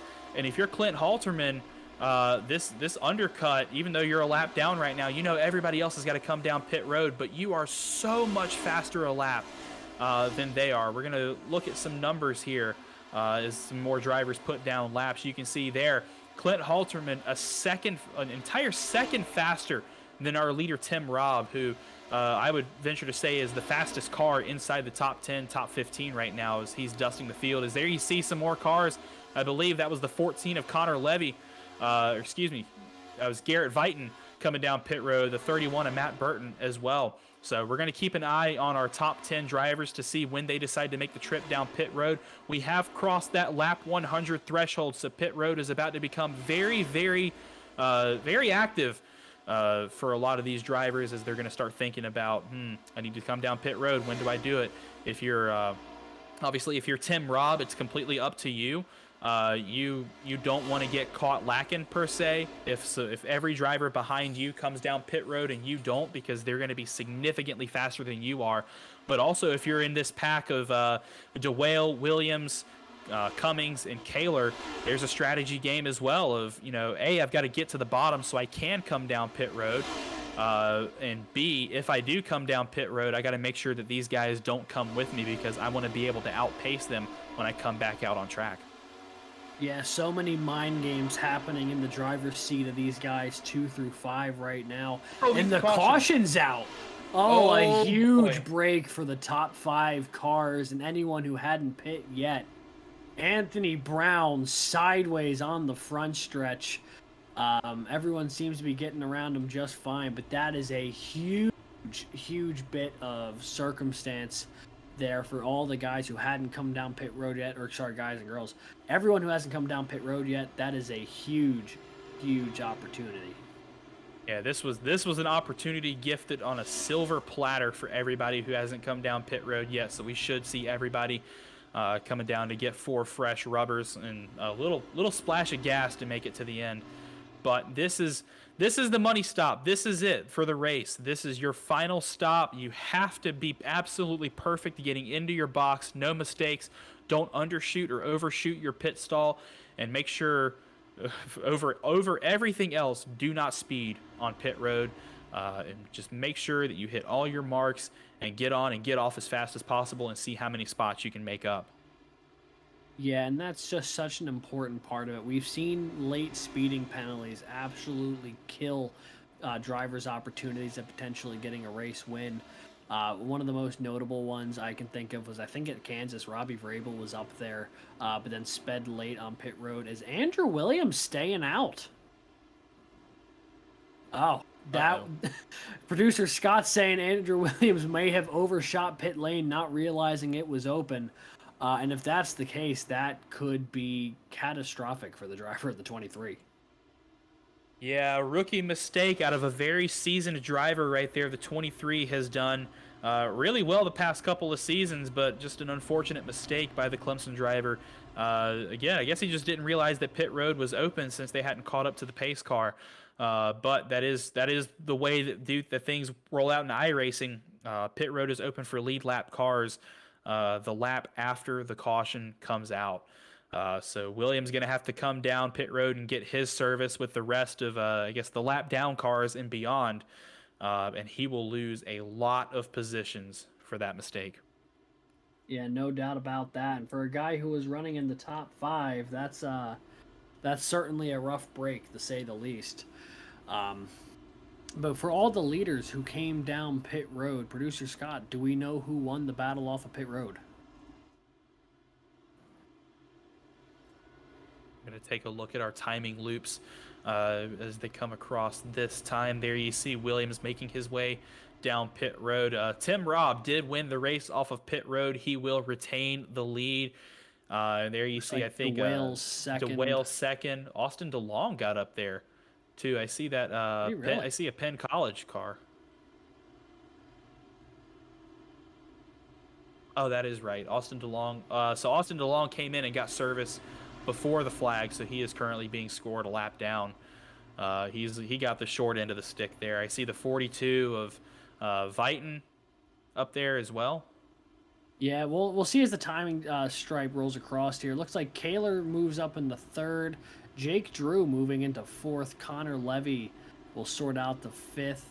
Athena Leclerc, Rhett Crane, Christian Hill, Jake Cummings, and Nick Stockner supposedly round out the top 10 if the timing tables to be believed.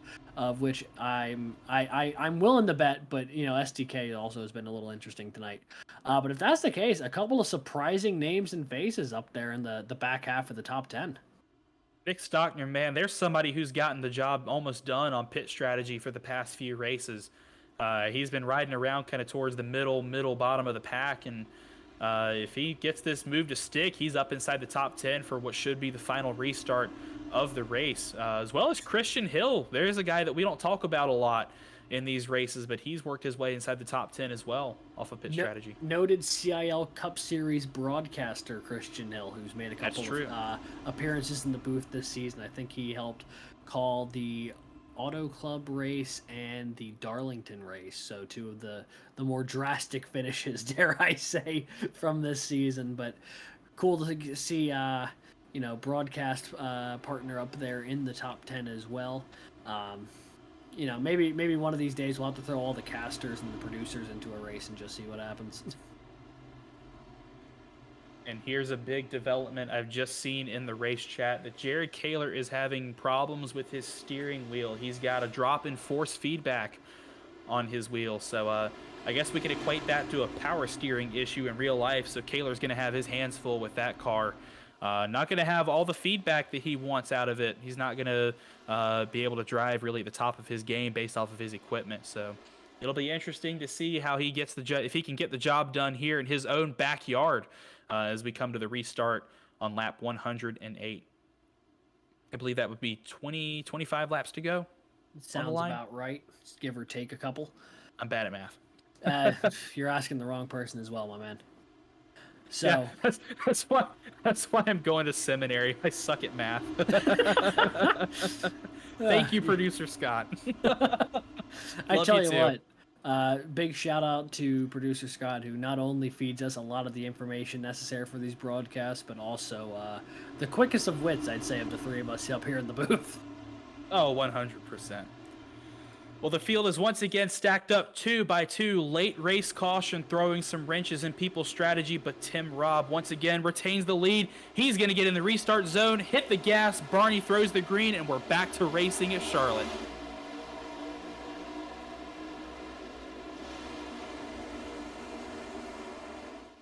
And with only 25 laps to go, it is Tim Robb who holds on to first, coming off of turns 1 and 2. Zach DeWale steps ahead of Jared Kaler. He'll be the challenger in second, looking for the lead. With Kaler, Jake Drew, and Connor Levy, your top 5 at the moment. Tim Robb, though, that car has been dialed in ever since the middle of the race, ever since the cloud cover really came over the track. He has shown why he has been the fastest car on track as the caution's out. What happened here? Man. Timothy Wilms. Timothy Wilms is sideways, the other Drexel car, after Jason Wallett's already had himself a night. Austin DeLong, Matt Stawecki looks like they're involved. Potentially Tyler Stone there. Andrew Stagey slow to get going again as well. This potentially could have been a massive wreck toward the back half of the field. Yeah, we're going to take a look and see what happened there, but not a good night to be a Drexel driver or a Drexel supporter. This has been a race to forget for both of those guys. You can see Jason Wallett, he's able to get it back down. Did he avoid this one? Yes, he did. I think so. Let's go. There we go. Oh, Ethan heads sideways hard into the wall there, too. Mastawecki and DeLong make contact late. Where does this begin? It begins farther up than Jason Wallet. I saw the 600. Yeah, the 600 was back around. The 86 is already around. Oh, wait. There was a little bit of contact there with Wallet and Weist. So a little bit of clip damage there. But this looks real congested off of 4. And I think it begins with Toomey and Burton, and then Wilms gets turned, and then that takes the rest of the back half of the field with them. I think Wilms and Burton made contact there after Burton and Toomey made some contact, but you said it best, just congestion off the corner. Austin DeLong went flying through the infield trying to avoid this. I mean, there is zero brakes here, and he almost gets through it until Ethan Head gets pinballed right in front of him. And Ethan Head took a hard lick of that outside wall, too. That car is going to have some significant damage. Was right on board with him. You can see avoids the wrecks and just barely contacts the 600. And that sends him into the outside wall and might end his day. Yeah, and his bid for his first career CIL top 10 will have to continue to another week here with that massive crash. Less than 25 laps to go, though. And right now, I don't know who you're seeing out in the field right there, Zach, but I don't know if there is a bona fide challenger right now to Tim Robb up in first. I mean, the 5 car, ever since the midpoint of this race, has just been a click and a half faster than the rest of the field. Yeah, somebody has lit more than a match. I think it's been a whole campfire under the seat of that driver, the number 5, because especially in the middle sector of this race, during that long green flag run, he pulled out to a huge lead over the rest of the field and just seemed untouchable. And even after that mistake on lap 1 or 2, when he got loose off of turn 2, he slid all the way back almost to the bottom of the top 20. He worked his way back up to the lead relatively quickly, and he's pulled away from it. So I think DeWale, Kaler, and the rest of the top 5 are going to have their hands full looking forward to the rest of this race. A little update from race control. Car 86, Timothy Wilms, has been deemed at fault for that incident, so he will start from the tail end of the longest line.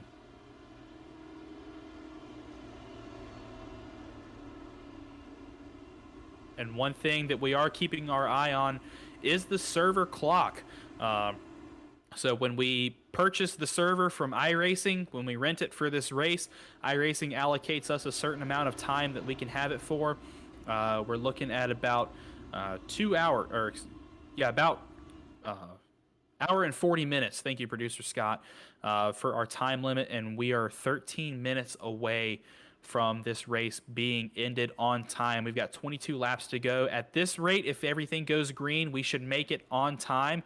We've got about 11 minutes and change of racing left, but it's going to be very, very close. If we see another caution, then this race is going to get cut short. One thing of note that I just saw, in case anyone remembers back a little while to that wreck that cost R. Muhammad Alif some positions.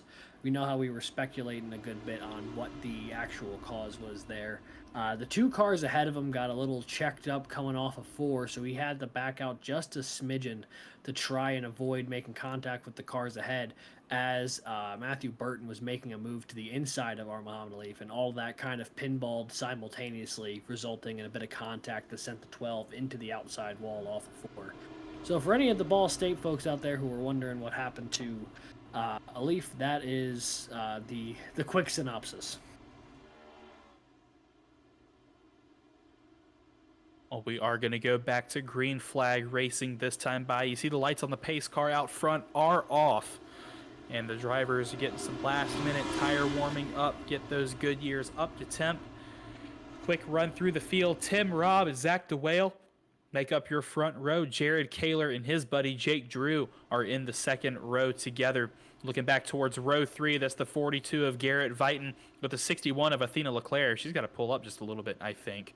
But looking at row number 4, that's the 6 of Rhett Crane, the 95 of Jake Cummings. Christian Hill is still inside the top 10 after all of that. So good day for the OWR driver for Mount St. Mary's University. Nick Stockner as well is up there alongside him, and they've got another teammate, Drew Williams, so 2 Clemson drivers as well as a technical alliance partner all stacked together. And then Bradley Daniels in the 521, still holding on to a great day up front, but we still have 20 laps to go when we come across the line. Drivers, I've noticed in the chat, are eyeing that clock at the top of their interface. So we're going to go racing and see what comes first, the end of the timer or the checkered flag. Tim Robb hits the Geico restart zone, puts the throttle down, and we're back to racing at Charlotte.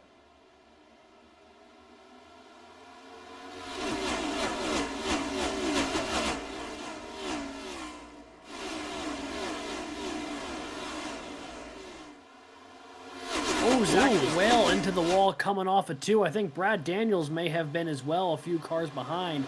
DeWale had a great run going off a 2 to potentially challenge Tim Robb. That got squashed when he made contact with the outside wall.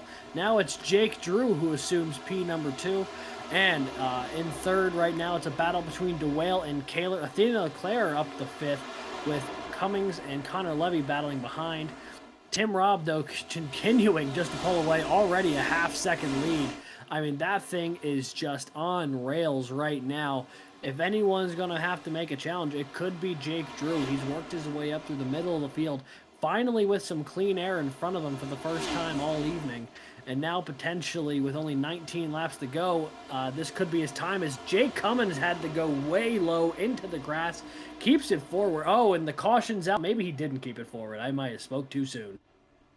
Yeah, I think I see Ricky Paz, Muhammad Alif involved as well. The 52 is Spencer Brown and collected in that incident as well. And now the timer becomes a serious threat to these drivers inside the top 10 who are trying to find a win, especially the playoff drivers who need the win tonight to be able to punch their ticket into the championship 4 at Homestead. Let's take a look here at what happened. I mean, there's already cars sideways here from the start of that replay. It's big contact coming across the stripe. Muhammad Alif was the early part of that, but there was another 4 cars right at the start-finish line who got a bigger piece of it. Let's see where this begins, and it starts way back in turns 3 and 4 with Edwin Onofre, Thomas Toomey, and Austin DeLong here. You see in the middle of your screen here, that black 166 is in the center point of all this action. Comes in, and as the 006 slides up, a little just pinball action here, collects a lot of cars off the corner, and then people just start running each other over, bouncing off of each other, and then it ends with the big 4-car collision right at the start-finish line, including Ricky Paz and Spencer Brown, Dylan Godinez, I think, was involved. A whole host of cars. We see guys like Thomas Toomey also spinning around in the circle. Ooh, hard hit. Yeah, Michael Sidor got a good chunk of that as well. Hard hit for the 19 of Ricky Paz, and I believe that was Spencer Brown coming across the stripe. Some pretty heavy damage to those 2 cars that I know were already damaged due to involvement in a few prior incidents. Yeah, and a couple of those guys already had prior incidents. Some of them, though, were just trying to get their runs kind of going again. And when this thing restarts, it's going to be probably around 13, 14 laps to go. But it also raises questions of what's going to hit first, the end of this race or the timer. So, I mean, it's going to get a little close. And looking at the lap 109 incident, the lap 109 incident prior, car 52 has been deemed at fault and will receive an end-of-line penalty for this caution. And car 166, Thomas Toomey, has been deemed at fault for this collision by the stewards. So both he and Brown will start at the tail end of the longest line for this restart.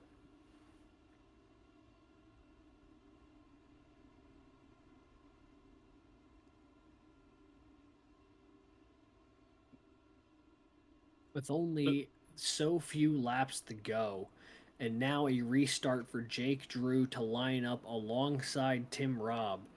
Do we finally have the car that will challenge the 5 for the win?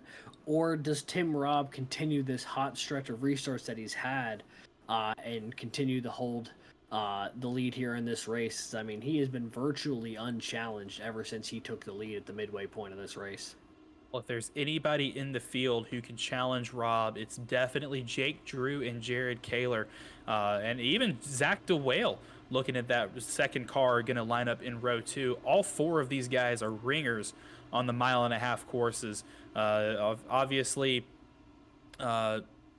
Jake Drew picked up his win at 1.5 miles. Jared Kaler has historically done very well on the 1.5 miles, as well as Zach DeWale. But Tim Robb also picked up his win on a 1.5 mile course as well this season. So this is going to be a great race when they come to I believe when they come to the line, they're going to get the 1 to go for the green flag. But this short little sprint to the end is going to be very, very entertaining. Yeah, there's no doubt about it. Not only is it queuing up for what could be a great finish, but it is also what's going to be a potential lock for the playoffs here if one of these playoff guys can get the job done. Right now, Tim Robb is in the position to make that happen, but he's got a lot of hungry folks behind him, including Kaler, DeWale I see back there. Jake Cummings might still be in the top 10 after that little thing. Connor Levy sitting there in 6th. Not to mention a couple of the folks outside the playoffs who would love to add another win to their season here. And Zach DeWale has an ace up his sleeve in that his teammate Athena Leclerc, she'll be starting right behind him in row 3. So these two teammates are hopefully going to work together, and you know that those mics and radios are hot between those two right now, trying to figure out what's the best strategy for this restart as you see the cars lining up to take the grid for this restart. And we can say with pretty utmost confidence that this race will go to the time limit. We are unsure what that time limit is as of right now, but we will switch our lap counter at in the top left corner of the screen to the time limit when that time comes. I believe we're going to have about 10 laps-ish. Yeah, we're going to have anywhere from 3 to 4 minutes to go at the green flag. So this race is coming to a close very quickly. If you're Tim Robb, you're wanting that timer to go down even faster. But if you're one of these drivers inside the top 5, especially a playoff driver, you want just a couple more minutes. You want that time to slow down because you want to take a whack at this lead. But I think Tim Robb is in the seat to get the job done tonight. He is in the starting position for this restart, but he's got some great drivers all around him and behind him that are angry and ready to go to vie for this win, to punch their ticket into the championship 4. And if you're Jake Drew, you just want to play spoiler, you're here for the chaos. You want another win to your name. He's already got 1 this season, and he's going to try and get number 2. Here we go for the win. Pace car makes the hard left onto pit road. Tim Robb, the control car. Jake Drew to his outside. He's going to hit the gas as we have 2 minutes and 20 seconds left on the clock. You can see in the top left of your screen left in this race. It's also worth noting that when the timer expires, the next time they hit the start-finish line will count as the final lap. So just because they hit the timer, they'll have to do timer plus 1 lap. As right now, the 696 of Jake Drew gets a great run down the backstretch. He's looking to the outside of Tim Robb here. And with less than 2 minutes to go here, he washes up the track really bad. Might have gotten into the wall. Kaler makes the move. He's now in the 2nd place. But Tim Robb has now put a 4-car length distance between him and his next closest challenger with only a handful of laps to go. We're going to call that 4 laps to go across the stripe that time in this race, and we have a caution. They're wrecking behind. Is over. They are wrecking behind, and it's a big one. Stockner, DeLong, Viton. Looks like there might have been a couple other cars as well, but those are the first ones I see. Oh, Clint Halterman's caught up in that one of the playoff guys. Yikes. And I believe that will do it as we run out of time. Nick Stockner, I think he touched the apron just a hair on that little glimpse, and that was a huge lick into Halterman on the high side. Here's another look at it. Yeah, that car just turns right. I mean, he got apron. There's no doubt about it, but I don't know if that was all apron or something snapped on him or what.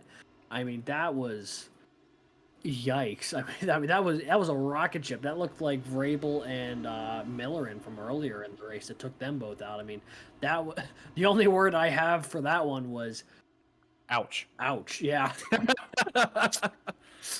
But I believe we are going to run down on time, and that will leave Tim Robb from American University as the winner of this race. There is no green flag, or no green, white checkered when the timer expires. So they're going to take, I believe, the 1 to go this time by. Well, we're going to wait and see, but it is confirmed that the timer will run out. Tim Robb is the winner of this race. He will punch his ticket to the championship 4 and is the first playoff driver to do so. So he now has his eyes set on Homestead, Miami. Jake Drew will bring it home in the 2nd place. Or excuse me, Jared Kaler will bring it home in the 2nd place. He made that great move down the front straightaway just as the caution came out. So he will secure 2nd yet again this season. And right behind him, Zach DeWale for St. Clair College in the O2 will round out the podium finishers. And then looking towards the rest of the top 10, finishing fourth, as you see the checkered flag is out. The 696 of Jake Drew will finish fourth, another top 5 for the ARCA Menard Series West champ here in the CIL. Moving on down to the 5th position is Athena Leclerc. 2 St. Clair cars inside the top 5, so our friends north of the border can celebrate tonight. The Canadians have represented quite well here in Charlotte. The 14 of Connor Levy for Arizona State will finish in the 6th position. Looking on back to 7th is Drew Williams from Clemson University in the 23 machine. He picks up some good points. And then the number 6 of Ball State, Rhett Crane, will finish 8th. As we're now going to focus up front and watch as Tim Robb crosses the stripe right behind the pace car to make it official. He is your winner of the Queen City 200, and he will go racing for a championship in Miami. Yeah, and he clearly in the back half of this race was the dominant car. And we might have been able to see an interesting battle unfold there with some of those lead guys at the end, but Jake Drew getting a little loose, catching a bit of wall off of turn 4. Kind of stacked up second, third, and fourth just enough where Tim Robb was able to pull out a couple car length lead here right before the caution. Would have been interesting to see if there wasn't a caution, if anyone was going to be able to run him down.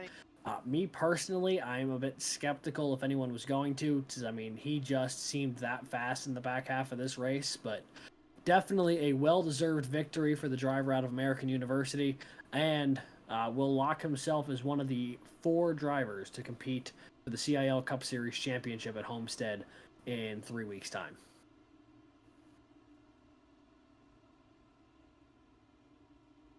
We're going to work on getting our drivers to the booth. We're going to hear from all of our top 3 finishers, as well as Jake Drew, who is your alumni class winner tonight. So he picks up a pretty good haul of points to make his run at the alumni championship. Of course, Robbie Vrabel, the current alumni championship leader, and Jeremy Miller in both the top 2 cars picked up DNFs. Unfortunately for them, they don't pick up a lot of points, but this is a great case for Jake Drew to make his run at the title late in the season, as Tim Robb's going to cross the stripe, and looks like he's going to take a victory lap around the track before he does some burnouts.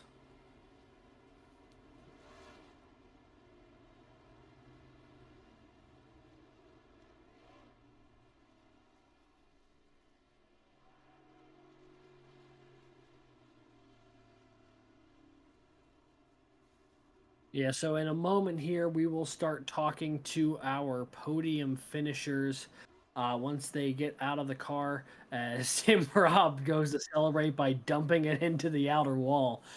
Something that, you know, you can definitely do in iRacing. If that was the actual car, I'm sure the team owner might be a little upset, but, you know, when the cars are virtual, you have the ability to be a little more fun with it like that.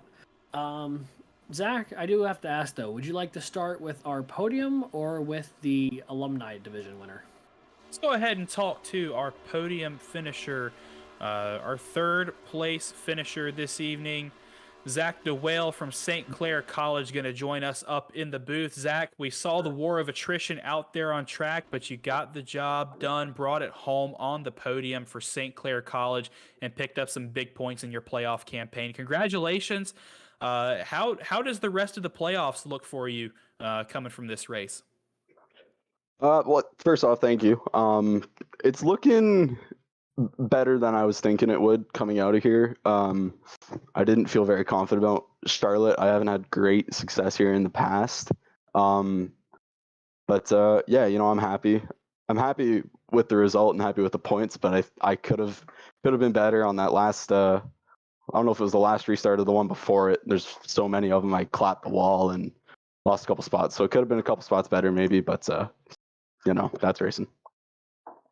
Well, that is racing indeed, but it did come home on the podium, and even though the cars first and second were also cars competing for the CIL Cup Series Championship along with you, still finished ahead of the majority of your other playoff competitors here this evening. Does this change the strategy at all for the rest of this playoff round here with a good points haul today, or is it still a very you gotta win to get in sort of mentality? It's exactly that. The next two tracks that we've got in the playoffs are going to be a little crazy. Michigan last year, as the championship race, was chaos. Bristol is going to, if we're wrecking this much at Charlotte, we're going to be under caution for a bit at Bristol. So it's we're just going to keep good track position, keep it up front, and try and win some damn races. Yeah, well, couldn't have said it better myself. Um, anyone you'd like to shout out here before we let you go on your way to celebrate with the team? For sure. Emily, Riley, and Jordan, as always. Emily's dad, if he's watching. Man, that was a long race. Looking forward to going to Michigan. Alrighty, well, that was Zach DeWell, our third place finisher here today in the Queen City 200 from Charlotte. Now we're going to bring in our second place finisher here today. It is Jared Kaler out of UNC Charlotte, coming up just one position short in the race at his home track. Jared, what did you see out there that led to a P2 finish for you tonight? I saw Tim's back bumper. I mean, he was lights out that whole race. So congrats to him. He was really, really quick, and I don't think anyone had anything for him. So yeah, congrats to him. My force feedback went out on lap like 100 or so. So from that point on, I was just kind of holding on and hoping I wouldn't bin it. And I think those cautions helped out a little bit because I think if we got 10 laps going green, that would have been bad without the force feedback. So I'm happy to come away with second here. And it's been a tough few weeks. Haven't really gotten the good finishes. Running well, but haven't gotten the good finishes the last 5 races or so. So it's good to come into the first round of the playoffs and get a good finish. Jared, congrats again on another podium finish and another race. This is a great kickoff to your playoff round campaign. Before the race, and even in the past few days, we've heard a lot of drivers having some very strong opinions on how the setup drove. Some said it was very tight, some said it was borderline undrivable, but overall, this fixed setup was a handful for some of our drivers. How did you navigate that challenge, and did you find yourself having to make any adjustments as the night went on? Yeah, I mean, I thought it was fine. It kind of pushed a little bit, especially from center off. Um, I I didn't realize running the top would burn out the front tires like it did, and that long green flag run, I kind of suffered a little bit from it. Um, but I didn't think it was that bad. I kind of enjoyed it. I kind of like this track. Even on a short run, you kind of get a little bit of multi-group racing, and up until probably lap 30 or so, you can kind of run the top, you can kind of run the bottom wherever the car is feeling. But after that, it's all about saving that right front tire, and yeah, I think running the bottom was the way to do that. Well, we're going to let you go celebrate this with your teammates. A great result in your literal backyard, this racetrack only a few minutes down the road from UNC Charlotte. But before we let you go, is there anybody you'd like to shout out or thank? I'd like to thank you guys for putting on the session and the stream and everything, and got a couple people watching, so hello to them, and Clint and Esteban and Jake. We were all chatting that whole race, so that was fun. And all the virtual fans from UNC Charlotte, it looked like they packed out that virtual grandstand. So nice to see all of them come out and show their support. Lots of green up there in the grandstand supporting you and the rest of your team. Congrats again, Jared. We'll catch you back up here in the booth soon. Thank you, guys.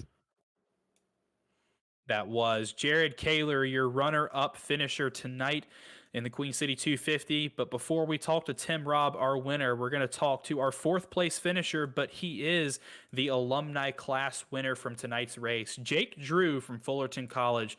Congratulations on a big points haul and a great race. All night we saw you up inside the top 10 and up at the very end, all inside the top 5 over that long green flag run. What do you think was the key to your success in navigating not only this new setup, but also the great side-by-side and close racing that we saw all night?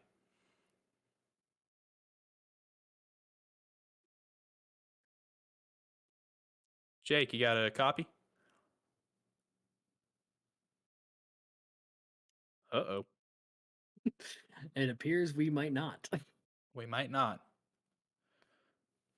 We'll try again in a couple of minutes. Jake, hey, you got us, buddy?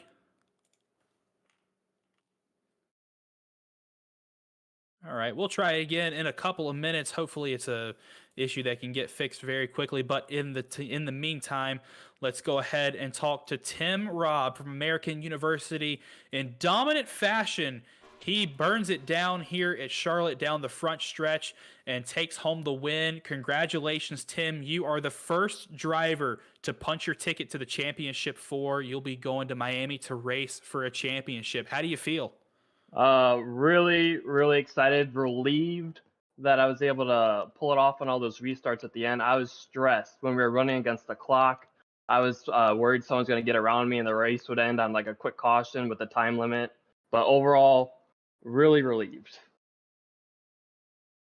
Yeah, I mean that's definitely. If I was in your shoes, I'd definitely feel the same way with all the restarts there late. You seem to get the jump on the restart on just about everyone who lined up against you, though. Did you have a secret on the restarts tonight, or are you just timing it really well and catching them sleeping? I think what I've noticed in the field, everyone likes to go late in the box. And so I just try to vary it slightly, but keep it like middle to early. And for the most part, it seems to really get you a good launch. And then the first turn was really tricky. And that was the key to the actual restart because you have to hold it wide open there and your car just feels so light in the back end. That's why a couple times I just backed out of it and people would blow by me. But overall, the restarts were like pretty tricky. Yeah, we saw you had that the issue a little bit there on lap 1 that sent you into the back of the field, but once you got back up front, there was no looking back. And just want to ask, is there anyone you'd like to shout out here to celebrate the victory with? Definitely. First and foremost, I should probably shout out my super hot girlfriend for her support for letting me stay up late and play video games on a Monday night. Love Um, that.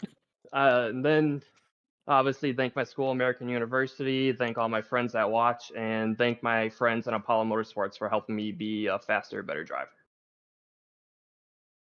That is one of the quotes of all time. There is no doubt about it. Thank you for dropping by, and congrats again on your win there, Tim. You are locked in to the Final Four, and we will see you come Miami. Yep. Thank you guys. Can't wait. That was our winner, Tim Robb out of American University, and we'll try and give it one more crack here to see if we can get a hold of Jake Drew for Fullerton College. Jake, you got a copy? He said the issue was he couldn't hear us. Ah, I hear you now. hey, go. there we go. Well, welcome back up here to the booth there, Jake. You had quite the run going toward the end of the race there. Can you walk us through the last couple of laps there when you had an opportunity to the restart on the front row right before the timer kind of hit 0 there? Yeah, I mean, Tim definitely was fast tonight. I could see that in the run before. I didn't really have much for him, in the same line as him. So I knew starting on the front row, I was gonna have to try to find a lane either above him or below him. And he left me a lane there in 3, into 3, and I tried to take it and just got super tight in the middle of 3 and 4 and washed up. And but still happy to come home 4th. I can't complain if I was going for the win. So happy about it and happy to come back from getting wrecked early on and having some incidents in the back, trying to fight my way up forward, and obviously showed some good long run pace. And I don't know, maybe wish it just kept going that way, but who knows? Yeah, congratulations on the alumni class win. This is a big points haul for you, and you've made up a pretty significant amount of ground on our current championship leaders on the alumni side with DNFs from Robbie Vrabel Jr. and Jeremy Millerin.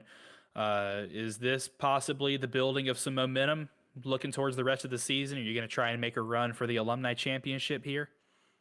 Yeah, I mean, I'll have to look at the points and see if it's possible. But if not, I'm just having a good time running with these guys every week. And obviously, thanks to you guys for putting this all on, and look to just keep having fun with it.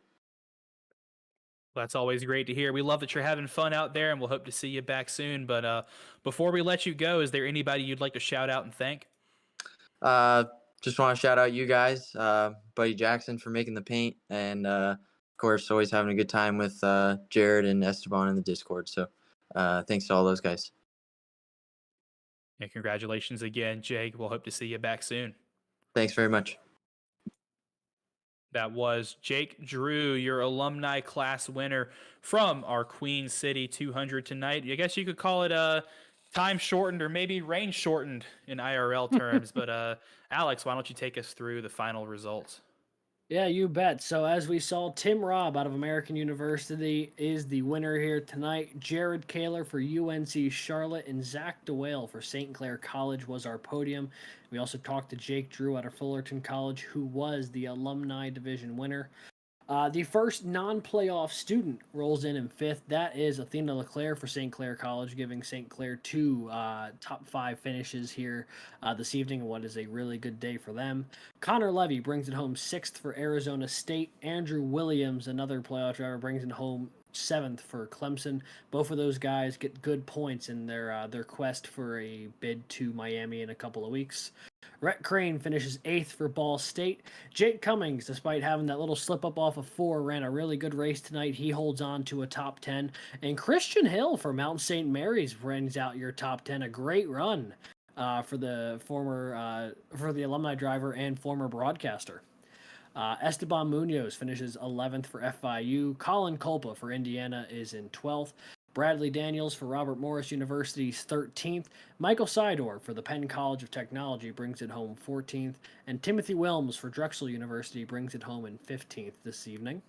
Austin DeLong for the Penn College of Technology is 16th. Nick Stockner for Clemson University 17th. And Matthew Burton for East Tennessee State is 18th. And let's see here. That is 19th. Clint Halterman for UNC Charlotte, finishing 1 lap down. Not a great day for him in his bid to try and get to Miami, but he's got 2 more races to try and bounce back from this one. And Edwin Onofre rounds out your top 20 for North Texas, finishing 20th. Looking at the bottom half of the field, finishing 21st is Dylan Godinez from the Penn College of Technology. 22nd goes to Garrett Vighton from Arizona State. Ricky Paz will finish 23rd for Valpo University after being involved in a bunch of incidents. And speaking of being involved in a bunch of incidents, my goodness, Jason Wallet somehow brings it home inside the top 5 with an absolute crap can of a race car. He finishes 24th for Drexel University. That is, you know what? My applause to you, buddy. Well done. That was great. And Tyler Stone will round out the top 25 for St. Clair College in his part-time schedule. Jacob Wiest in his backyard will finish 26th for UNC Charlotte. James Madison University's Matt Stowecki will bring it home 27th. Thomas Toomey had an up and down day, but brings it home 28th for UVA. And Spencer Brown 29th for UNC Charlotte, and R. Muhammad Alif has a day to forget to start out his playoff bid, as he will finish 30th for Ball State University. His teammate Andrew Stagey finishes 31st. Ethan Head 32nd for the University of Tennessee at Knoxville. Matt Nordberg finishes 33rd for NC State. Cody Fadenhauer 34th for Virginia Commonwealth University. Jeremy Millerin will finish 35th after that hard hit and a couple of incidents for Purdue. Dan Banner finishes 36th for St. Clair College, and his teammate and playoff contender Robbie Vrabel Jr. will finish 37th, also for St. Clair College. Anthony Brown in the 719 will finish 38th for Queen's University of Charlotte. Well, that was quite the race all around, especially when it was green. We had some great side-by-side racing all throughout the top 5 and top 10. But that is one playoff race down, and now, Zach, only 2 remain, Michigan and then Bristol. Yep, the playoffs are in full swing here in the CIL for the first time in the College Cup Series. And now we turn towards our next round, round 12 of the College Cup Series from Michigan International Speedway. This is NASCAR's fastest racetrack and the fastest track on our circuit this season. A 2-mile oval where we're sure to see 3, possibly 4 wide racing at any given point, as the rest of these playoff drivers will leave it all on the track to try and get their way into the championship 4. So be sure to tune in next Monday night at 9 p.m. Eastern so you don't miss that. And if you can't wait for more CIL action, be sure to tune in tomorrow night for the penultimate round of our Formula College World Championship, our Finger Lakes Grand Prix from Watkins Glen International. Our Muhammad Ali from Ball State University can clinch the student championship one round early, the championship that eluded him last season. Watkins Glen also produced plenty of chaotic racing last season and some surprise podium finishers. So this is a don't miss race. This is tomorrow night at 9 o'clock on the Twitch and YouTube channels.